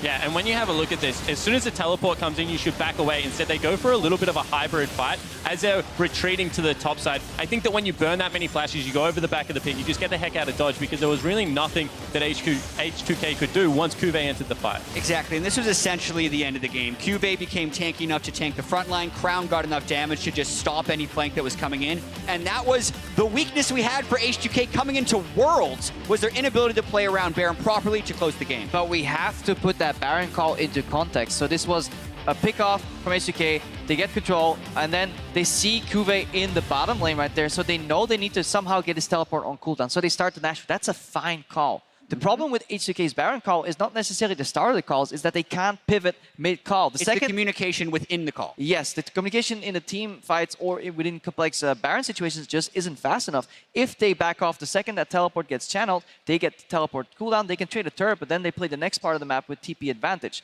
That's what they technically should have done, but because there's so much pressure for these guys and they're trying to rush it down and somebody just makes the call, finish the Baron, they're fishing a barrel for Samsung, and that's the problem. They don't pivot quick enough on their teamfight shot calling. All right, now let's talk about moving forward to game 2. H2K swapping the blue side here, no substitutions. What do we want to see out of them? Of course, Nidalee being left up was big for Samsung Galaxy, but what's the response here? I think that when you have a look at this, I think like bottom lane needs to go further in favor of H2K, in my opinion, if they're going to win. I don't think you can actually pick just the utility in your bottom lane and expect them to get smashed because they don't like to play that style. You know the Odoamne right now, if you give him a counter pick, is going to be fine. Pick the strong lane for your duo and be able to take it to it. Don't take Zyra when the misfortune is available. Yeah, they have an extra ban in a sense, I would hope, now that they're on blue side. I want them to take away Crown's Victor because that guy has been crushing on that champion. There we have it. Samsung Galaxy has taken a 1-0 lead in this best of 5. Stay with us because Worlds 2016 continues after the break.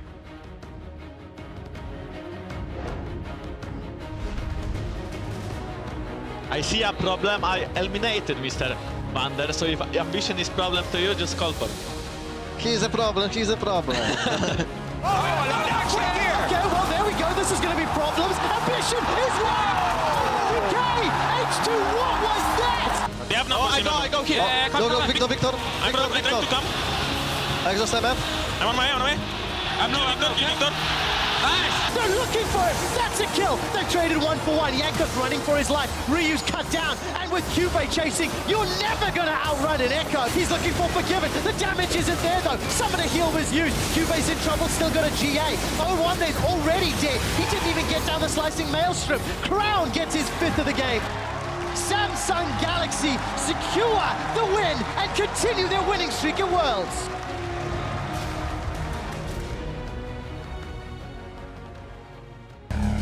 Dare to be different. Revel in the impossible. Introducing a little anarchy. Disrupting the natural order. Because a hero lies in all of us. Nothing is beyond your reach. Claim your victory and go forth to conquer new worlds.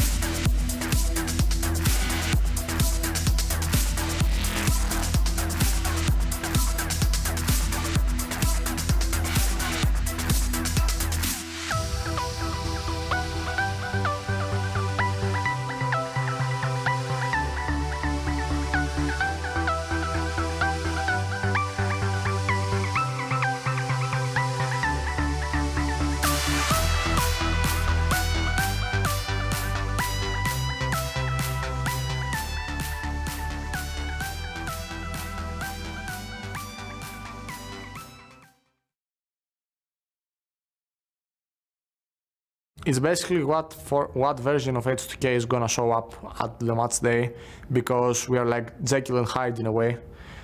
We can have one of the highest highs out of all teams in Worlds, and we can be like, oh well, we're basically like just a disappointment at some random day. But I think if we play like we played all these weeks, and even better, if we actually are disciplined enough and have the balls to do the necessary plays, we can prevail.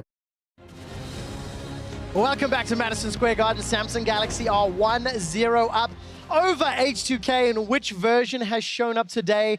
I think too early to tell just yet, because I think the expectations were met in game one. Both teams shined through, but this time around, H2K didn't have enough of a lead to win the game. And honestly, yeah, that first game wasn't H2K, you know, doing super poorly or anything. That was Samsung. Very, very disciplined, and step by step, it was just so good. All the small things that they were doing to lead up to that victory, they checked every single box. Super cool little clip that we've forgiven, because it's kind of been our story all year for H2K. So inconsistent, so up and down in their performance. They could lose to the worst team in Europe and then beat the best team in Europe right after. And here at Worlds, they've been consistent since week two, of course. Won so many games. Game one, though, they just didn't have enough. And the problem is that consistency has to improve. They can't just be consistent against Samsung Galaxy. H2K has to exceed their performance. Now, they did pick blue side. Let's find out whether or not they're going to get that Syndra, or if Samsung will ban it away, and if Victor will be taken off the table. Yeah, H2K can actually also go for Poppy if they want to, and just remove all these scaling picks from QV that he's using to sit in that side lane and be really, really annoying. Nidalee banned on blue side, on red side, sorry, not a surprise. We expect the Syndra to come in as well from Samsung last. And we've got one game of our MF before. We're joining it. Everybody's banning it nowadays. And she will find herself on the bench for this game. Yeah, I wonder if H2K even would play it, if they've had enough time to practice it in case Core JJ locked in Zyra in his first rotation. He obviously wouldn't have done it knowing MF was open, so she's removed. Still have things like the Poppy available, and they do remove the Victor. I like that, actually. Take it away from Crown, his best champion. That means that the Rise is available, though. Is that first pick worthy for Ryu? He's been one of the great Rises of the tournament. You know, had some very strong performances on it as well. And it is dangerous to leave it up for Crown. Undefeated 2-0. We've seen Olaf first picks shine through fairly frequently. Jankos had a great performance in the previous game. Where does H2K want to go with that? Yeah, we know Ambition wants to play Olaf as well. It's one of his most played champions here at the tournament. He's really liked both Olaf. If he could get Nidalee, we've all seen a lot of Rek'Sai from him, but Olaf is definitely above it. Ryze, though, is considered such a power pick, honestly. Not exactly same exact tier as Syndra, but just under her and above the rest of the mid laners. There's the Olaf for Ambition, and that's something H2K will expect, and most likely go Lee Sin against it. I think Lee Sin is actually a fine pick against Olaf. You're very mobile. He's never really going to catch you. And it's a key pick for Jankos if he wants to be a big playmaker. And when you have something like Ryze, you can set up a lot of plays very easily. Definitely true. That's exactly where I was going to go with the next point, because you can set up a gank in the mid lane very easily. And Jankos has a much higher percentage of his time spent around the teammates, you know, going for those ganks, especially in mid lane.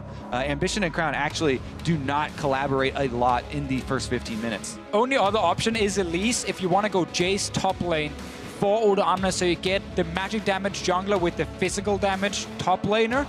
It's something we have seen a lot from H2K before. We know Oda Amna likes to be on the Jace, but Lee Sin is the standard choice against Olaf. There we go. Lee Sin and Karma will be the option. So once again, that Karma into Zyra, something we've seen a lot this Worlds. My eye's going to be on Ryu. Whether or not he's going to step up his performance from game one. Got a champion that arguably has a bigger impact with the use of that ultimate. Samsung Galaxy's turn to pick. Jhin is available. It was banned in game one, and Rula has been a phenomenal Jhin. Does he want to run that with the Zyra, knowing you've got that range combo? Or does he want to lock in that safer Ezreal? I think you go Jhin. Oh, there we go. He agrees. You're a genius. Thank you. I just predicted that one just when he locked it in. But no, I think Jhin is such a power pick for a lot of these Korean AD carries that are so good with skill shots. And we've seen it time and time again how Jhin can do extremely well in the laning phase. And then in the mid game with Ghostblade, he can create so many picks and has so much damage. My question now is, will Forgiven go back to the Ashe? Because he has played it a decent amount before. But, I mean, Is that something he really wants to bring out versus the Jhin? You can Ash Arrow the Jhin as soon as he opens up for his ultimate. It also gives you pick potential, right? You know, on something like Cassiopeia or Zyra, which is Zyra's been the prime target for those Ash Arrows. They do play a lot of Lucian. If they really want to win the laning phase, it's kind of Forgiven's special pick still. It's going with something like Lucian with a range support and try and play around that bottom side and see if you can snowball him. I like Ash though, personally. I think actually she's a super good choice as you highlight. Seems like Forgiven wants to go back to Sivir once again. And again, it's a little bit of a tricky laning phase for the H2K bottom lane. Definitely not one where you dominate 2v2. No, it's not, but there's so much mobility on that side. Ryze, Lee Sin, Karma, Sivir. Gonna allow them to run circles around Samsung Galaxy. They're gonna need all that mobility to dodge every single shock blast that QV will be firing out. And you've got a terrifying pick, amount of pick on the side of Samsung. Somebody gets rooted down and poked down, and Ambition's Olaf will run them down. Yeah, honestly, there's a lot of damage on both of these compositions. And we are probably in for another game with a lot of early fireworks. I think H2K kind of ran out of options when it came to top lane pick. I couldn't really go Jace due to the amount of physical damage already with Lee Sin and Sivir. So went for Rumble, where Jace is a very standard pick against it, because you can just rush Hexdrinker on Jace and you can actually start beating this Rumble in the side lane. So we have kind of the same situation as last game, where QV, once he gets a bit of time, will start taking over that top side, and Odame has to TP into team fights to have an impact in the game. And I do really like the Rumble versus something like the Jhin and the Zyra. That's such a low mobility backline. It makes it very easy to land that ultimate on. Also, Ryu can get in there. 2-second snare from Ryze is no joke if you have to sit on the entire thing. Yeah, H2K's composition can very easily play around bottom side. You have Ryze, who can use his ulti to get over certain walls and actually get behind the enemy bot lane tower, and then TPing in with that Rumble you just highlighted, Kobe, and you have a lot of AoE and a lot of ways to fight on the bottom side of the map. Problem is, this Jace can get out of hand top lane, so they have to be able to pull some of these plays off. We'll find out how well QV can handle the Jace. Odawamne showed off during the quarterfinals. Yesterday, last game of the day, wasn't going to help out the Rocks Tigers. You guys at home, jump onto Twitter, let us know which plays you remember most using that hashtag #WorldsBigPlays. We're loading up for game 2 as H2K are down 0-1 against Samsung Galaxy. Yeah, definitely excited to see how that top lane does turn out, because we've seen Jace's just take over the game. And this is QV once again showing how flexible of a top laner he is. He hasn't played a game of Jace this season, and yet taking it right into Odoamne's Rumble. Also taking it right into the same bush. Yeah, but they're taking more people with them. You got top laner here.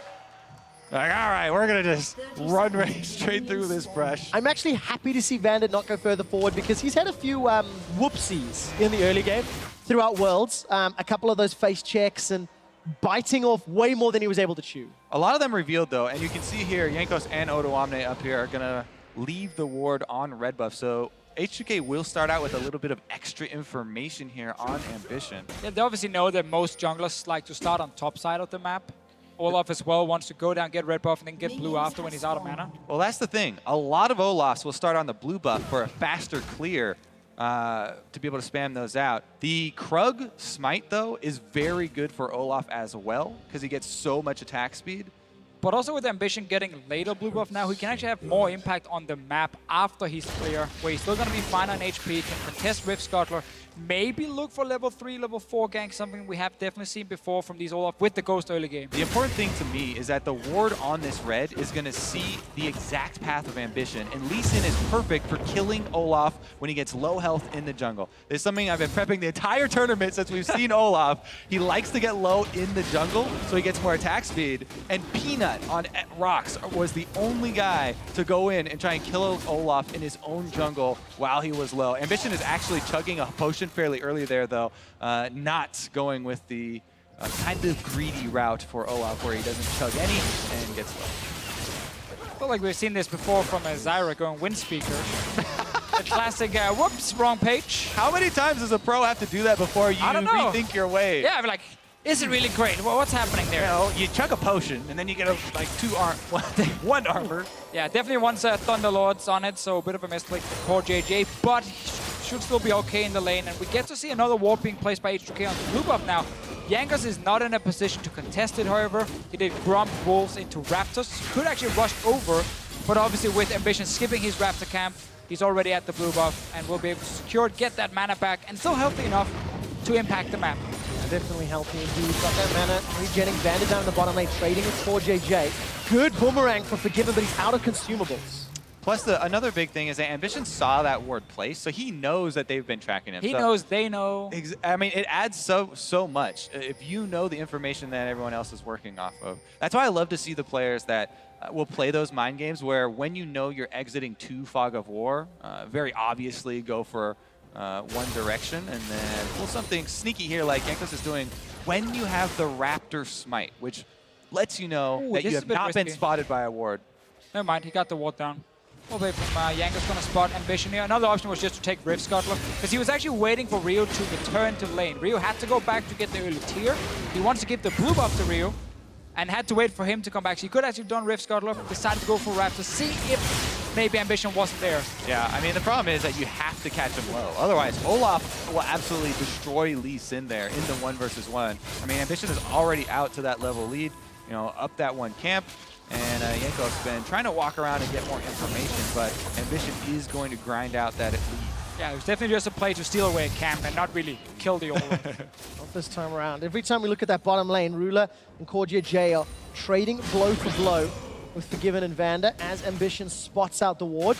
Odo realizes he's now in trouble. Trinket was just recently used, so going to be in the dock for a little while. But it's always fun because Jankos saw Ambition at the Raptor camp. Odo Amne has like a rough timer in his head of when could Ambition be top lane, so he goes down, places the ward just at the right time, finds Ambition as well, so they now see him on top side, and they don't die to a potential gank or are forced to flash away. It's all about tracking the jungler and having these rough timers in your head. That's why some junglers do crazy moves where they do the unpredictable, because then the timer is kind of off, and you can gank maybe 5 seconds before the guy would have otherwise warded. Oh, big damage from Cuvee. Jumps to the skies and puts the hammer down. Samsung Galaxy have already farmed a few hundred gold lead. They're up in CS in every single one of the lanes. It's a small amount now, but that trickle will eventually become a downpour unless H2K start to get some items under their belts. And the biggest problem area there that I see, you know, with that issue is the bottom lane. Again, H2K decided to go with this Sivir pick for Forgiven, which is gonna, you know, lose the early stages of the lane like this. You have to really worry about how low your tower gets. The snowball that you can pull off of a first store gold, especially with an AD carry like Jhin that builds flat armor penetration super early on, can get off to a pretty good snowball. Cuvee just gonna walk away. A lot of damage from Odo. Gonna force out that acceleration gaze. But it's where we have to talk about Forgiven and his champion pool, because he hasn't shown Jhin professionally at all. We looked at his solo queue account. He has been playing it a lot actually this week. It's his most played champion the last 7 days. But if he's not confident enough on it, if the team hasn't practiced with it because he hasn't played it for such a long time, you don't just randomly pull it out now.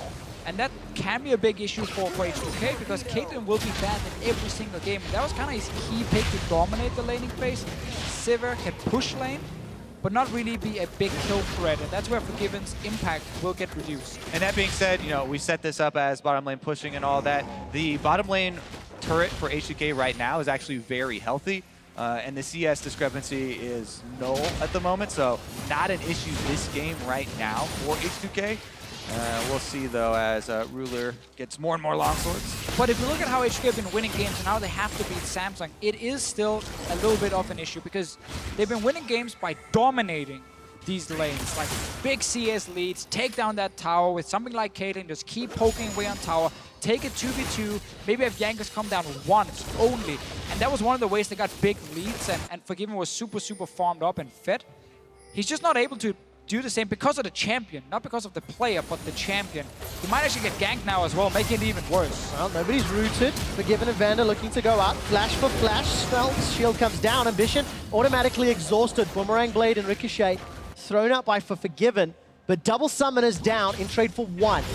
Jump up into the top lane. Jankos finds Cuvee. Odo throws down a great equalizer, turns the attention. The king! Jankos, the king lives. And the king can go in and steal a red buff because they see Olaf down bottom. Meanwhile, Samsung will be happy to take this Infernal Drake. Seen this before. Game 1 was defined by H2K's inability to convert objectives. How much damage will they get on the top lane turret? I don't think they'll take it down. Well, there's no teleport for Jace, and Jankos is still on top side. He can actually go back up to top lane and just sit between the two towers if he wants to look for more. Seems like he's fine just taking the camp and backing away. I am a pretty huge fan of hard camping a lane like this, especially after you were just able to kill him and send it back to the fountain. But it didn't look like they were setting that before this replay went off. Obviously, that one was pretty textbook right there. Yeah. Positioning, no big problem. Such a classic H2K move, however. Bot lane gets ganked. They do survive the gank this time around, only had to use summoners from Vander. And then Jankos is already on the other side of the map, trying to get Odoamne rolling. It's really been the recipe for success for H2K this split. And he was setting that up well in advance. The thing is, we want to keep track of these Samsung, small things that they're doing in the game. As soon as they lose their top laner's life, immediately go for that dragon and get the Infernal, which is a very big objective, when we progress 10 minutes into the game. Yeah, well, take a look at the mid lane. Ryu's in trouble, doesn't get caught by the Petrifying Gaze. Crown throws down the cleanse, gets away the Ghost. Vander, no flash, remember, takes a bunch of shots. Final curtain call, will miss. Forgiven have the spell shield at the ready, but I want to go back. Crown plus 15 CS. This is a guy that's done pretty well in the laning phase, but he's already outshining Ryu both games this series. Yeah, that is again huge for Samsung, because it's all about just go even, at least in the early game, and get to mid to late game where you are the stronger team. When you play H2K... Oh no! Oh no! Ryu's in trouble! Here comes Ambition! Crown gets the kill! Jankos is running for his life. Crown's already flashed, so he can't chase further, but that's Samsung's first kill on the board. Everything kind of going wrong for Rio here in the first 2 games. Jankos is very low, he's not able to take a fight and has to just back away. And same issue as in the first game for H2K, where mid lane starts falling behind. They have 0 pressure in that lane, and you need that pressure if you want to play very aggressive in the other lanes, because you can't let the other mid laner roam first. Exactly, the pressure in lanes and the extra vision. Crown kites back there, very quick flash, baits them in across the miasma. And Ambition now gonna take a little bit of damage in payment for those Krugs. Good to see some control from Forgiven and Vander. They don't chase into the darkness. 4JJ was waiting in the bush, but Samsung, despite giving up first blood, they're up in CS. They've got a minor gold lead. Juve sidesteps the Sonic Wave, uses the hammer, and sends Jankos away. The play he was trying to pull off before, just slightly too slow, and therefore he died. But this time around, just managed to defend himself, and Ambition might be caught. Yeah, he is. Ragnarok's not available. Will get rooted down. No! He runs away! The Ghost's not going to be enough. Ryu flashes forward. But that's a flashless rise in a lane that he's down 20 CS. But that's really important for H2K. They get a kill on this rise here. You got to get to that Water of Ages so quickly so you can start scaling as well. You have a fairly weak mid game on this champion, and now he's caught. There's a flashless rise, a stunned rise. Crown gets the kill with the help of Ruler. Roams from both bottom lanes. Here we go, top side though. All right, Odo's now gonna get pressure down. The tower is the focus. Kuve's running out of mana. Tower's still alive. Taken down. Kuve kicked over the wall. They trade 1 for 1. Somehow Vander goes down as well. But Tower first blood to H2K. I feel like H2K's top side is doing everything they can to try and get a big advantage, but then the other side of the map are kind of letting them down, especially around this mid lane where Crown is just taking over.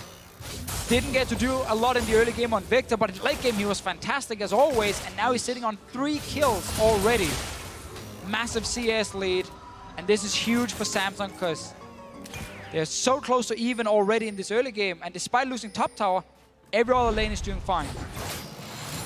All right, let's take a look at how Vander got caught.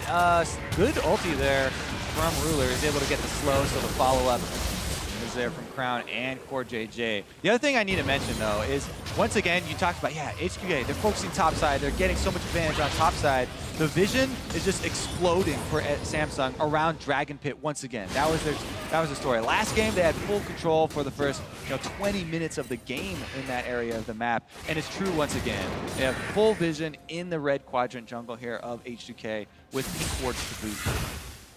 Now, it is a bit more effective for H2K to kill the Jace compared to killing the Echo like you saw in the last game. Echo obviously will be so useful late game anyway. Jace is a little bit weaker in that sense if he is behind, but Samsung are still fine trading all this pressure against their top laner to get advantage. But they need to get a tower. They haven't gotten enough damage on these towers on the bottom side, and that means H2K can now stop playing around mid and bot lane and try and snowball this advantage. Well, look at all the vision. If Samsung Galaxy have complete control of vision around the bottom half of the map, multiple pink wards in the top, but this is allowing H2K to set up this little bit of an invade. Good pink ward from Samsung though. They're going to spot Odo and Jankos, and boom, they take an accelerated shot blast to the face. Going to contest this Bramble back. Support from Crown and Ryu was available, but not needed as H2K back away. I'd also be very careful because this is going to be 2 Infernal Drake spawns. So if you cede control of the Drake pit this time around, that's going to be a lot of firepower later in the game. Yeah, luckily for H2K, they've gotten this top tower down so early, so now they can start sending this Rumble down to fight for these towers. They don't need to invest more ganks on top lane. Contest this Infernal Drake. Your Rumble is very, very strong. Bottom side as well. Forgiven is almost sitting on 1 item fully completed. Summoners will be available though, except for the flash on the Jace. Everything should be ready for H2K very, very soon at least. Yeah, feels that way. Samsung though, they've survived the early laning phase. Yes, they have given up a tower, but 1,000 gold down. They've got a bunch of kills. They've got a dragon as well. And Crown is plus 40 CS, who's going to be one of the late game insurance policies for this team. You take a glance down in the bottom lane. Forgiven is under a little bit of pressure. Ruler opens up with a curtain call. First shot goes wide. Core JJ's bound. Jankos gets the kill. They turn their focus to Ambition. Odo's already teleported in. Equalizer not even needed. Summoner heal used. Finally at the end they throw it down. Maybe overkill. This should help with Dragon. But exactly as we just talked about, H2K can put the focus on the bottom lane. Samsung, I'm not sure if they thought Jankos just weren't nearby because they started chasing almost blind towards H2K and got caught out. Dragon being started, there's a TP coming. Odo is back in base, he's not here. No, he's not. Samsung realized this. Jankos has to get it. He does indeed. Tries to safeguard out. Not gonna happen. Crown gets the kill. Dragon for 1. Maybe worth. Definitely worth it, I think, there for Jankos to sacrifice himself. Don't want to see those Infernals stacking up for Samsung, and he goes back in to snag it. Mid tower, though, is the one we need to look at. If Samsung can get more damage on it, they can still get a pretty good trade here. Rio is back to defend, though. And only a few minions will hit this tower, and everything is okay. You go H2K, and this again the focus on bottom side, because you got that top tower down so quickly. You don't need to camp the lane anymore. And clearly Samsung just don't expect it. They're actually chasing into a pink ward. They had 0 vision. And also knew it on that TP, so that's a poor play from Samsung, and they got punished for it. Definitely a lot of power there on the Rumble teleporting in as well. Even though he wasn't the determining factor, Jankos took out Core JJ before he got to cast a spell as Zyra was deleted. Here they go though on the offense. Good flash from Vander, gets him out to safety. But Summoner spell blown, and as we crested 16 minutes, Jankos is the one with all the gold leads, plus 1,500 gold over Ambition. The problem is, Crown is plus 1,500 gold over Reeve. Where would I rather want my gold, Lee Sin or Cassiopeia? I think that's a rhetorical question. Well, always Cass. That's funny to me because here comes the jungler. Me. Jungler always deserves the gold. But honestly, if Jankos is going to 100% their support, give him the gold. He's got that warrior enchant. He's got the Hex Drinker, and he's got some support in this mid lane. Look at this. Is that a 5-man stack coming through mid tower? Crown's strong. He's not that strong. Jankos zoning away the slithering snake. Curtain call comes up. That feels like it might be too late, though. The tower is the focus. Ambition getting burnt down. Overheat from Odo. The tower's still up. Still survives. H2K haven't finished it off. Odo couldn't equalize because he was overheating, and the tower still stands. And H2K didn't get to commit to either of the choices yet. Didn't go for the kill, didn't go for tower either. Both now alive. Samsung gets to live another day, and top tower takes more damage. So Samsung slowly but surely working on them, and now down to Crown. Cleanse, flash, Crown's running for his life. Support from Ruler in the river. Core JJ's come up, no strangle thorns to use. Jankos looks for him, doesn't get the 100-0 with the Dragon's Rage kick. And up in the top lane, Cuvée kills Odo. Yeah, again, Samsung managing to defend and then get a random kill top lane. Odo Amne seems to just being caught out. Didn't even take the trade because Cuvée is full HP. Well, yeah, I mean, so Odo went up there with half health, I was watching, and then Cuvée fled. He looked like he was fleeing into the brush. Saved his spot there in the brush, and then I'm assuming a shock blast landed to start it out because Odo didn't get much done in return. Look at that. 2 turrets for it. Yeah, and kind of like last game, just when we see something really good from H2K to pick up a few kills, even got Infernal Drake this time around, things just go wrong. I guess he just hides in the Yeah. bush. Odamna Looks actually around. thinks he's gone. Doesn't think he's still here. And then surprise. Didn't even start out with the shock blast. Ends it, man. So clean. But at the end of it, that mid tower from Samsung survived 99 HP. H2K give up kills, 2 towers, donate gold to Rua. Samsung's mid game is terrifyingly good. Definitely well played by Samsung, but also H2K when it really matters. And they have to make that correct call. Do we kill the Olaf? Do we kill the tower? Do we go for both, you know? It just goes a little bit wrong for them. It gets a little bit hectic. And then Samsung are just much better in terms of this overall communication and shot calling, and they get the advantage. Now ahead in gold as well. And remember, so much of that gold is on Crown. He's got 4 of the kills on this Cassiopeia and 180 CS, 185. He's almost matching Forgiven down there from the bottom lane. H2K return to the scene though, and they take the objective. Now it is still a 600 gold game, and Odo still has the ability to turn team fights to equalizer. But H2K cannot afford to make those same mistakes. The clean play from Samsung allowed them to win game 1 handily, allowed Samsung to get an 8-game winning streak. And once again, that is where H2K have to prove they can go blow to blow with the 3rd seed from LCK.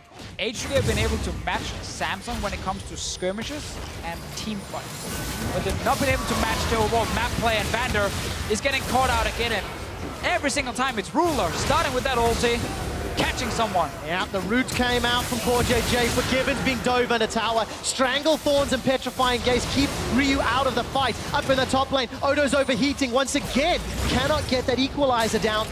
Juve's buying his time. Accelerated shot fast. Flash into the kill. Cube's now looking for more. Flash over the wall from Jankos. Kicks Cube backwards. Enlists the help of the tower. Round warp from Ryu as well. So it's 1 for 1, but it's going to lose another tower. And Samsung Galaxy going to extend this gold lead even further.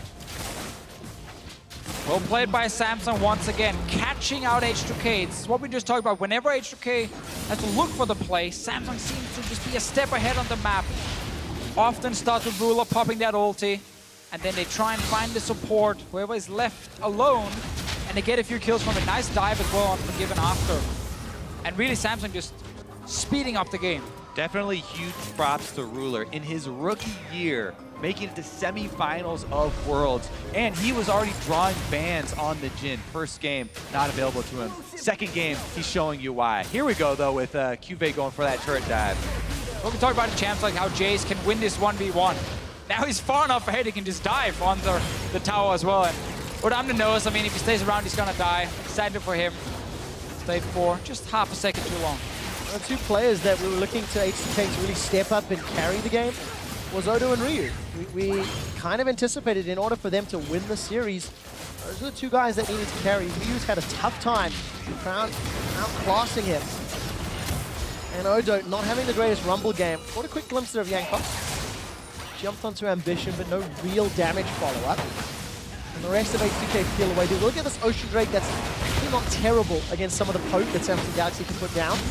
And they'll get that cleanly as well. We have to go back to look at where can Odamna join a fight. Baron is actually being started by Samsung. Only 2 members. Now a 3rd one joins. Everyone else from H2K are just around mid lane. They don't even realize this is happening. They're too late to the party. Samsung Galaxy are going to secure it. Baron taken, 21.5 minutes.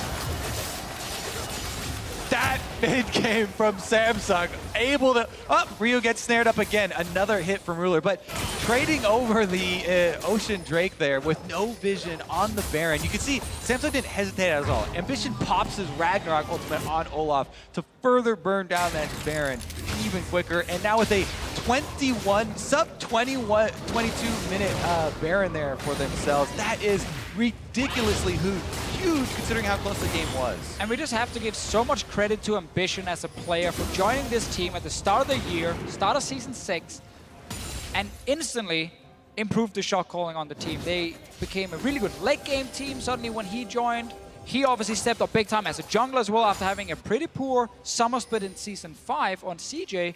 But when he actually joins his team, they get so much better later on, and they're able to make these calls again and again. Cordier obviously helps as well with the added communication he brings. That's what I wanted to add on there, because it seems Cordier Jason's The Gauntlet has helped the team reach another new level.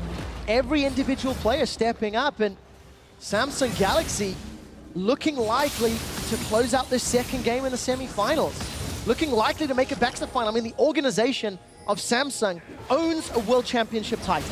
It was completely different players. They had to rebuild and restructure.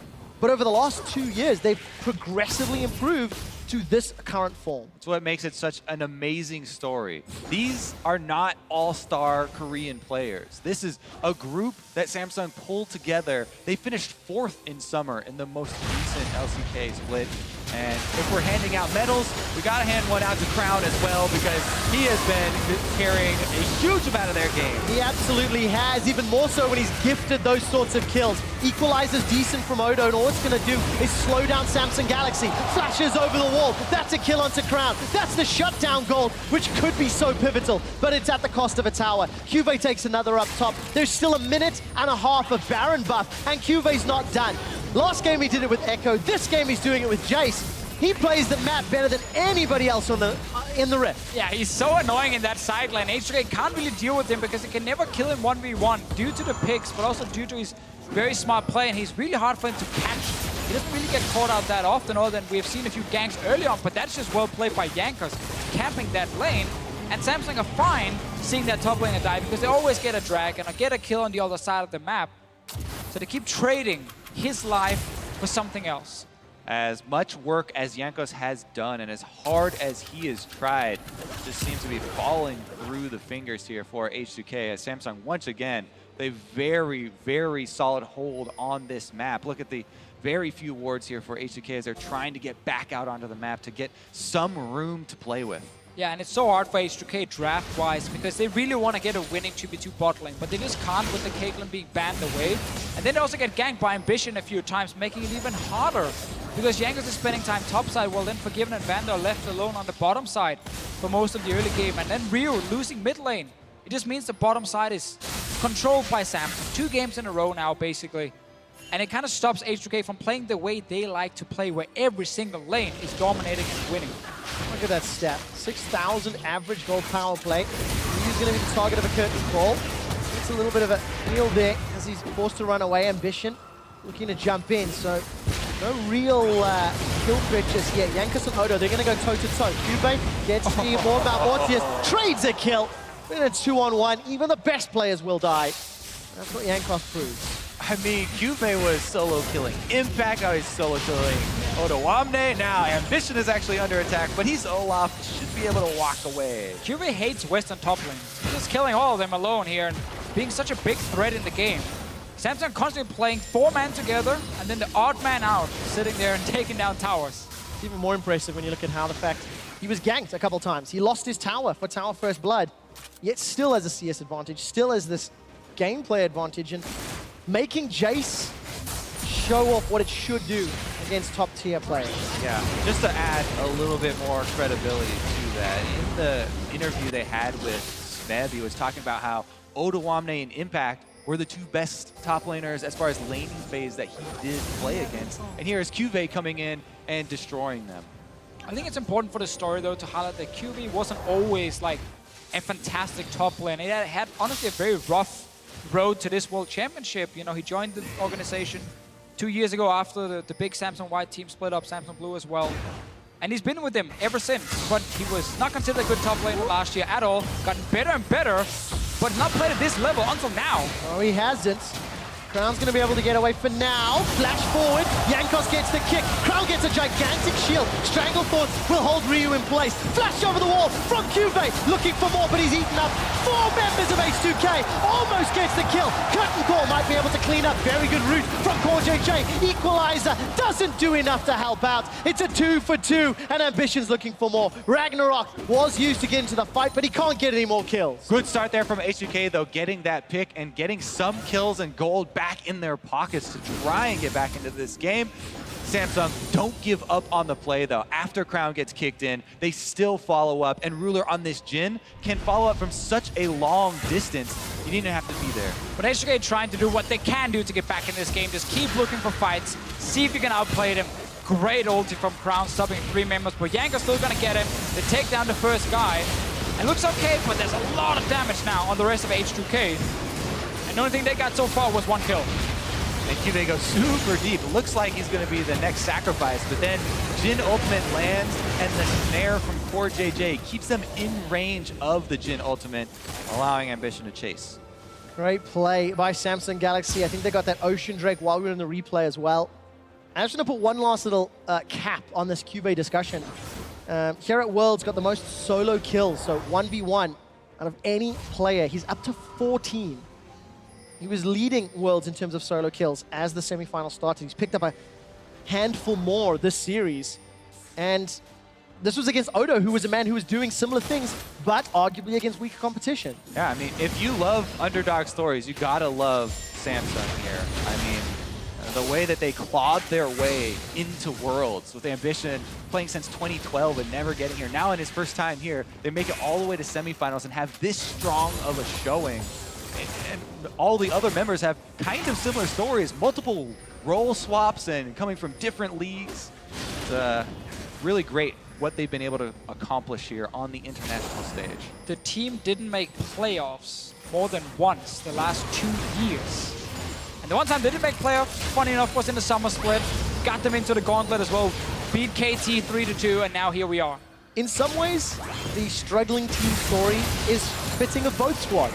Because H2K have traditionally not done well. Curtain Call flies out, and H2K over the last few years been looking for success. They've had a showing at Worlds, drawn into an incredibly tough group, but very different players, of course. This might be the fight, Trevor, though, for H2K. If they ever want to get back into this game, they need to win this Baron fight here. Odamna's teeping in behind them. Crown is sitting in the bush here. Yeah, but QV's coming in from behind H2K. Jankos is looking for more. The equalizer looks good. Look at the backline. Oda's going forward, but Ambition's running for more. They've traded 80 carry for support. It's not done yet. QV's unforgiven. QV's got forgiven. Vander's not going to be able to turn it back around. 3 members of H2K are down. QV's going to look for those shock blasts. Goes back into the Mercurial form. Not going to fire it out. It's a 1 for 3, and they don't get enough. Valiant effort there from H2K. They do stop the Baron for now.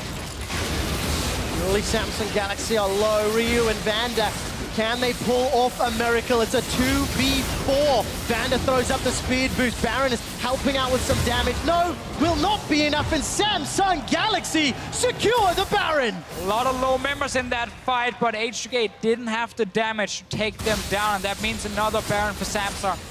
Bigger advantage. That was the fight, honestly, for H2K to get back in this game. Sadly for them, Odamna joined the fight maybe slightly later than Jankos had expected. He obviously couldn't do anything different because he was running down from top. Jankos doesn't get the proper kickoff either. And then just look at what the Jace is doing here to Forgiven. If Forgiven wins this 1v1, H2K can actually take the fight. But this Jace is super strong. Yeah, I mean, man, QV playing frontline there as Rumble was coming in, and it looked like Odoamne was going to clean up the back line from Samsung there, but not able to get it off. And Samsung do come away with the Baron in the end. So H2K options are closing. Absolutely, 10,000 gold down. Now they've got a couple dragons under their belt. Team fights are so one-sided with that item lead and the damage lead with another Baron buff as well. Now, H2K, they need to play full defensive mode, try and farm up and defend these inhibitor turrets. They do have some wave clear here, but it's going to be very, very difficult for them to pull this off. Especially when you consider how good Samsung Galaxy play on multiple lanes. Oh, and look at the damage from Jace on the turret. Go in, pop your W, get a few hits super, super quickly down on the tower with your Baron buff, with your extra AD from these items here. And there's really nothing Odamna can do to defend. And now the base is open. We are looking for one insane fight. Well, gonna need more than that if H2K want to win, but they'll need one to stop this push. Forgiven gets out of range of the curtain core. Eyes are thrown down. They've got themselves a kill to Core JJ. They found Ruler, but where's Crown and QV? Those are the two we gotta follow. Ryu's looking for Crown. They've managed to get one trade back. H2K have lost Odo. They've now lost Forgiven. It's all on Ryu. Ryu's going low. Defensive flash from Vander, and QV untouched in the H2K base. They've got an inhibitor top. They've got an inhibitor middle. And the base is in shambles. What an awesome ulti from Ryu, though. Completely surprised Samsung. He appeared behind Samsung here with multiple members from H2K and actually picked up a lot of kills. Problem is, this Jace and this Olaf are just sitting in the H2K's backline. and returning the favor. It really was an impressive ult. H2K not going down without a fight here as they step in behind the back line, take them out so quickly. But then, you know, Crown tries to fight his way out 1 versus 3 there and takes the kill as he's able to escape. Jankos, I think, finishes him off by himself up on the top side off map here. But then, as you said, QV was untouched, and he is a monster inside the base. QV 5-5-3, 292 CS. Looking to push home the second win in this best of 5. And, you know, we told the Samsung story quite a lot, but I think it's also fair to talk about H2K. This year has been fraught with challenges. And this World Championship is the best form that this team has, I think, ever had. The players have shown up, they've had great play, they've looked good, and now the pressure is on for them to show that they can actually go toe-to-toe with Samsung Galaxy. Yeah, and I think the best thing for H2K has been the meta. Like the change that happened after 6-15, removal of lane swaps, obviously. They're trying again in the bottom lane. There's a lot of support for Samsung Galaxy. Jankos is looking for Core JJ, but he will not find him. He's grounded thanks to the poison. Crown's going to be able to pop the GA. Now Samsung are flanking Forgiven and the rest of H2K. Ambition throws down the Ragnarok. Doesn't have Ghost, but doesn't even need it. Ryu just gets dunked. The hammer comes down. Forgiven throws up the spell shield. Samsung Galaxy shields flying wide. Stranglethorn's not even needed. 3 kills for Samsung. They're inside the base. H2K, they are getting destroyed. Flash away from Forgiven, and Core JJ is the only kill that H2K can secure. Samsung Galaxy are 1 win away from Staples and a shot at the World Championship title.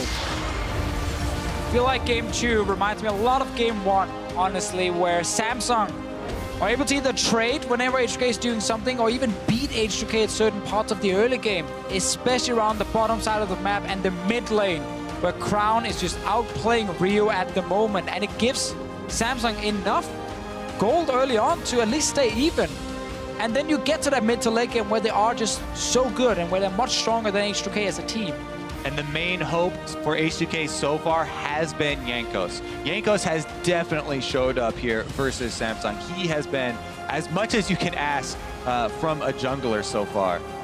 Sadly for him, Ambition is also here to play, able to kind of mirror what Jankos is doing all the time. And again, it really hurts H2K that the bot lane, due to the picks and due to the jungle pressure, can't get that big advantage, and Rio not able to get the advantage in mid lane. And that just means you don't win the early game all of a sudden, and you have to play the Samsung game. Let's stop taking a look at sort of the gameplay decisions where I think it's pretty clear that Samsung has the edge. Let's look at those 2-game drafts. Is there anything that H2K could tweak or change, knowing their red side, knowing they can get 2 theoretical power picks? Because if they're not able to get those lanes going in this next game, their World Championship run ends today. A big problem has also been, you know, once they transition to the mid phase, Samsung have had the upper hand in the split push both times. Yep. And Samsung work with that very well. I mean, you can always see them immediately go to the other side of the map for those cross-map sort of answer plays whenever H2K go for something. So when H2K make a victory, it ends up being even as Samsung answer, but then they also still will retain an extra minion wave here and there. So this game, they could have gone Jace if they wanted to, instead of giving it over. Yeah. They went for Rumble, went for team fight, could have gone for Jace. Problem was they already had so much physical damage, so you have to swap the Lee Sin for Lee's jungle as well, so there could be a few tweaks. Bot lane-wise, gonna need a lot of tweaks. Yeah, gonna need a lot, obviously. But bot lane, if Forgiven doesn't play Jhin, there might be a limit on what he can pick to actually dominate the lane. If Forgiven doesn't play an AD carry or won't play an AD carry, it's a discussion that Forgiven has had about his gameplay for a very long time. Let's hand it down to the analyst desk to hear what they say about game number 2. Thank you very much. Quick shot. Samsung Galaxy now here in the driver's seat. 2-0 in the series, looking more dominant than they have before. Let's go ahead and continue that line of questioning there that the casters had on Champion Select. I got to call into question this Sivir pick now, two games in a row. Yeah, I think that you have to actually question the whole pick ban phase, because you see the Misfortune ban come out, and then they're not willing to pick the Zyra, which is why you ban the Misfortune in the first place, because the priority is lower. So why are you even banning the Misfortune in the first place? This is one of those pick ban phase where it looks like you're banning exactly what beat you, and then you give over, once again, just an incredibly potent draft from start to finish. We can't fault them for first picking Ryze, though. I think there are still answers into the Zyra, just the Jhin. Like, Forgiven has practiced it in solo queue. This guy has mechanics. you can just blow that champion up. And with Karma Jin, you have much more pressure. Yeah. They had CS lead eventually, but very early on, you could see that they were struggling in the matchup. Yeah, I didn't necessarily mind the first pick Rise or even the response by Samsung. I thought Samsung came out with a way better draft, but that's just because it definitely felt like H2K was almost afraid to go with the picks that they should have. Like the Jace wasn't necessarily picked, the Jin wasn't picked when they had the chance tonight, and they just got completely outdrafted in that sense. Because when we looked at the Samsung team composition, we're thinking, wow, they have a power position in every single role here.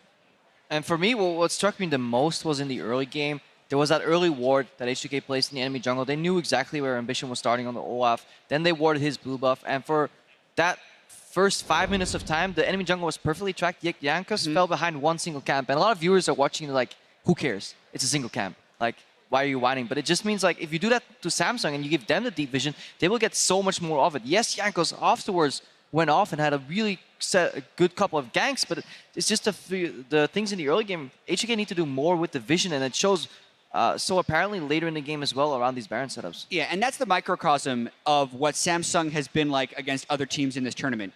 They get scouted in the red buff at level 1 because they did a 4-man invade bottom. And they start red side. That is actually a very big mistake that can be punished. If the enemy team makes that, Samsung punishes it. But if Samsung makes that, the other teams haven't been able to, and that's what's happened the whole game. Yeah, and once again, we see a game that explodes at 15 to 20 minutes, and we're talking about mistakes. This time, it's not actually off a proactive Samsung play. H2K siege up mid lane turret, completely fumble, don't hit the last 2 shots, and they lose top and bottom in response because there's only 3 members defending out of Samsung. In reality, that should be the turret falling down, at least 1 kill onto the I think it was a support at the stage, and that just turns the game completely on its head. Instead, H2K can't pull the trigger, and they just keep making these little mistakes that are capitalized on. Well, but let's talk about how we got to that point, because once again, we see Jankos doing a lot of work in the early game, getting that first blood up on the top lane. But of course, they're trading that for Infernal Dragons. And while that's happening, we of course are seeing the bot lane struggle. And then Ryu once again getting completely decimated by Crown in the mid lane. I mean, we were talking about bot lane pick ban, and that is up to the players and the coach there. And honestly, Forgiven and Vander did a very serviceable job at going slightly behind, eventually going up. But Ryu is not pulling his weight right now. The fact that Crown can consistently get out of laning phase with multiple kills in the lead.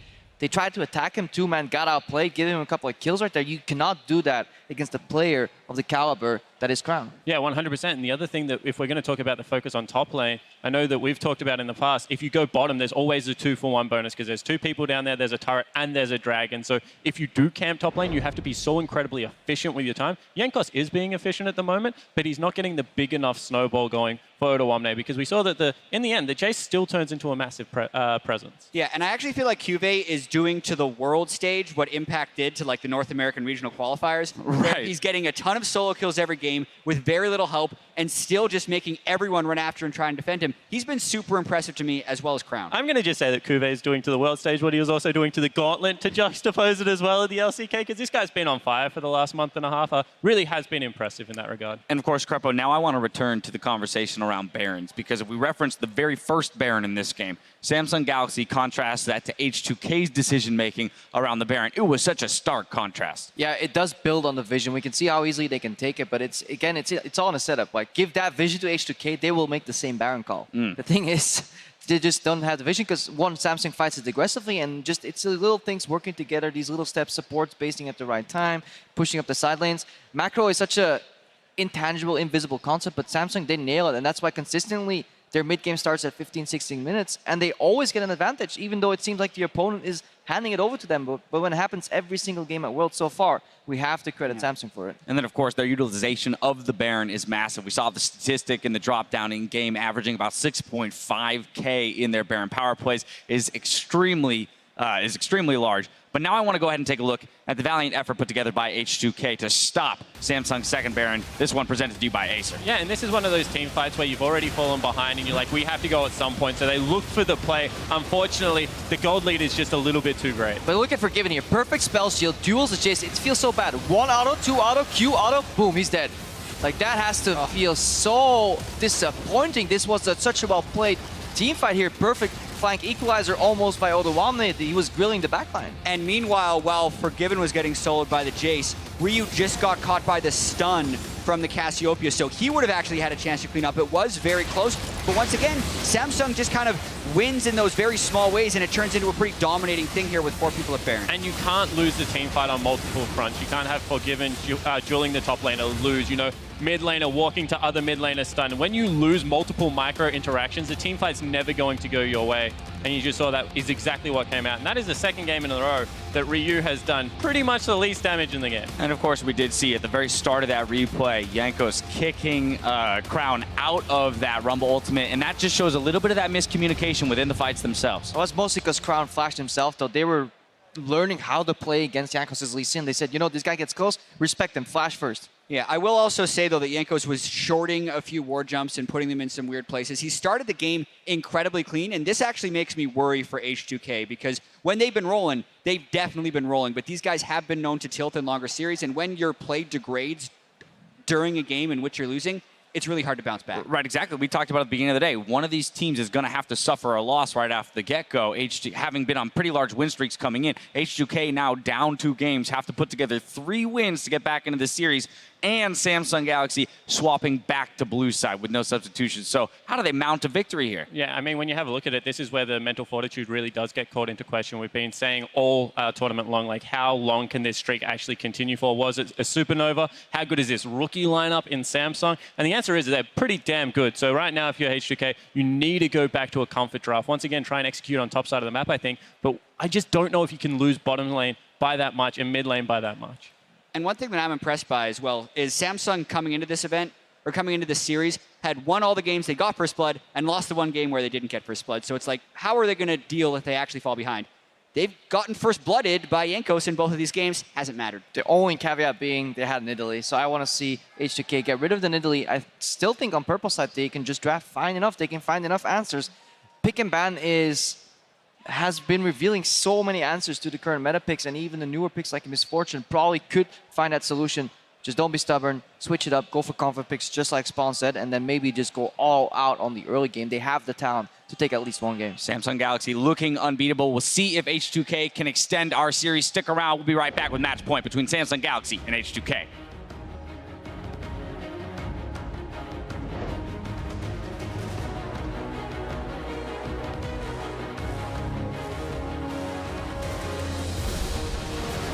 Jankos finds Cuvée. Odo throws down a great equalizer, turns the attention. But Jankos, the king lives. Oh no, Ryu's in trouble. Here comes Ambition. Crown gets the kill. Jankos is running for his life. First shot wide. Core JJ's found. Jankos gets the kill. They turn their focus to Ambition. Okay, they can get the tower. Look at the backline. Odo's going forward, but Ambition's running for more. They've traded 80 carry for support. It's not done yet. Cuve's unforgiven. Cuve's got forgiven. 3 kills for Samsung. They're inside the base. H2K, they are getting destroyed. Samsung Galaxy are 1 win away from Staples and a shot at the World Championship title.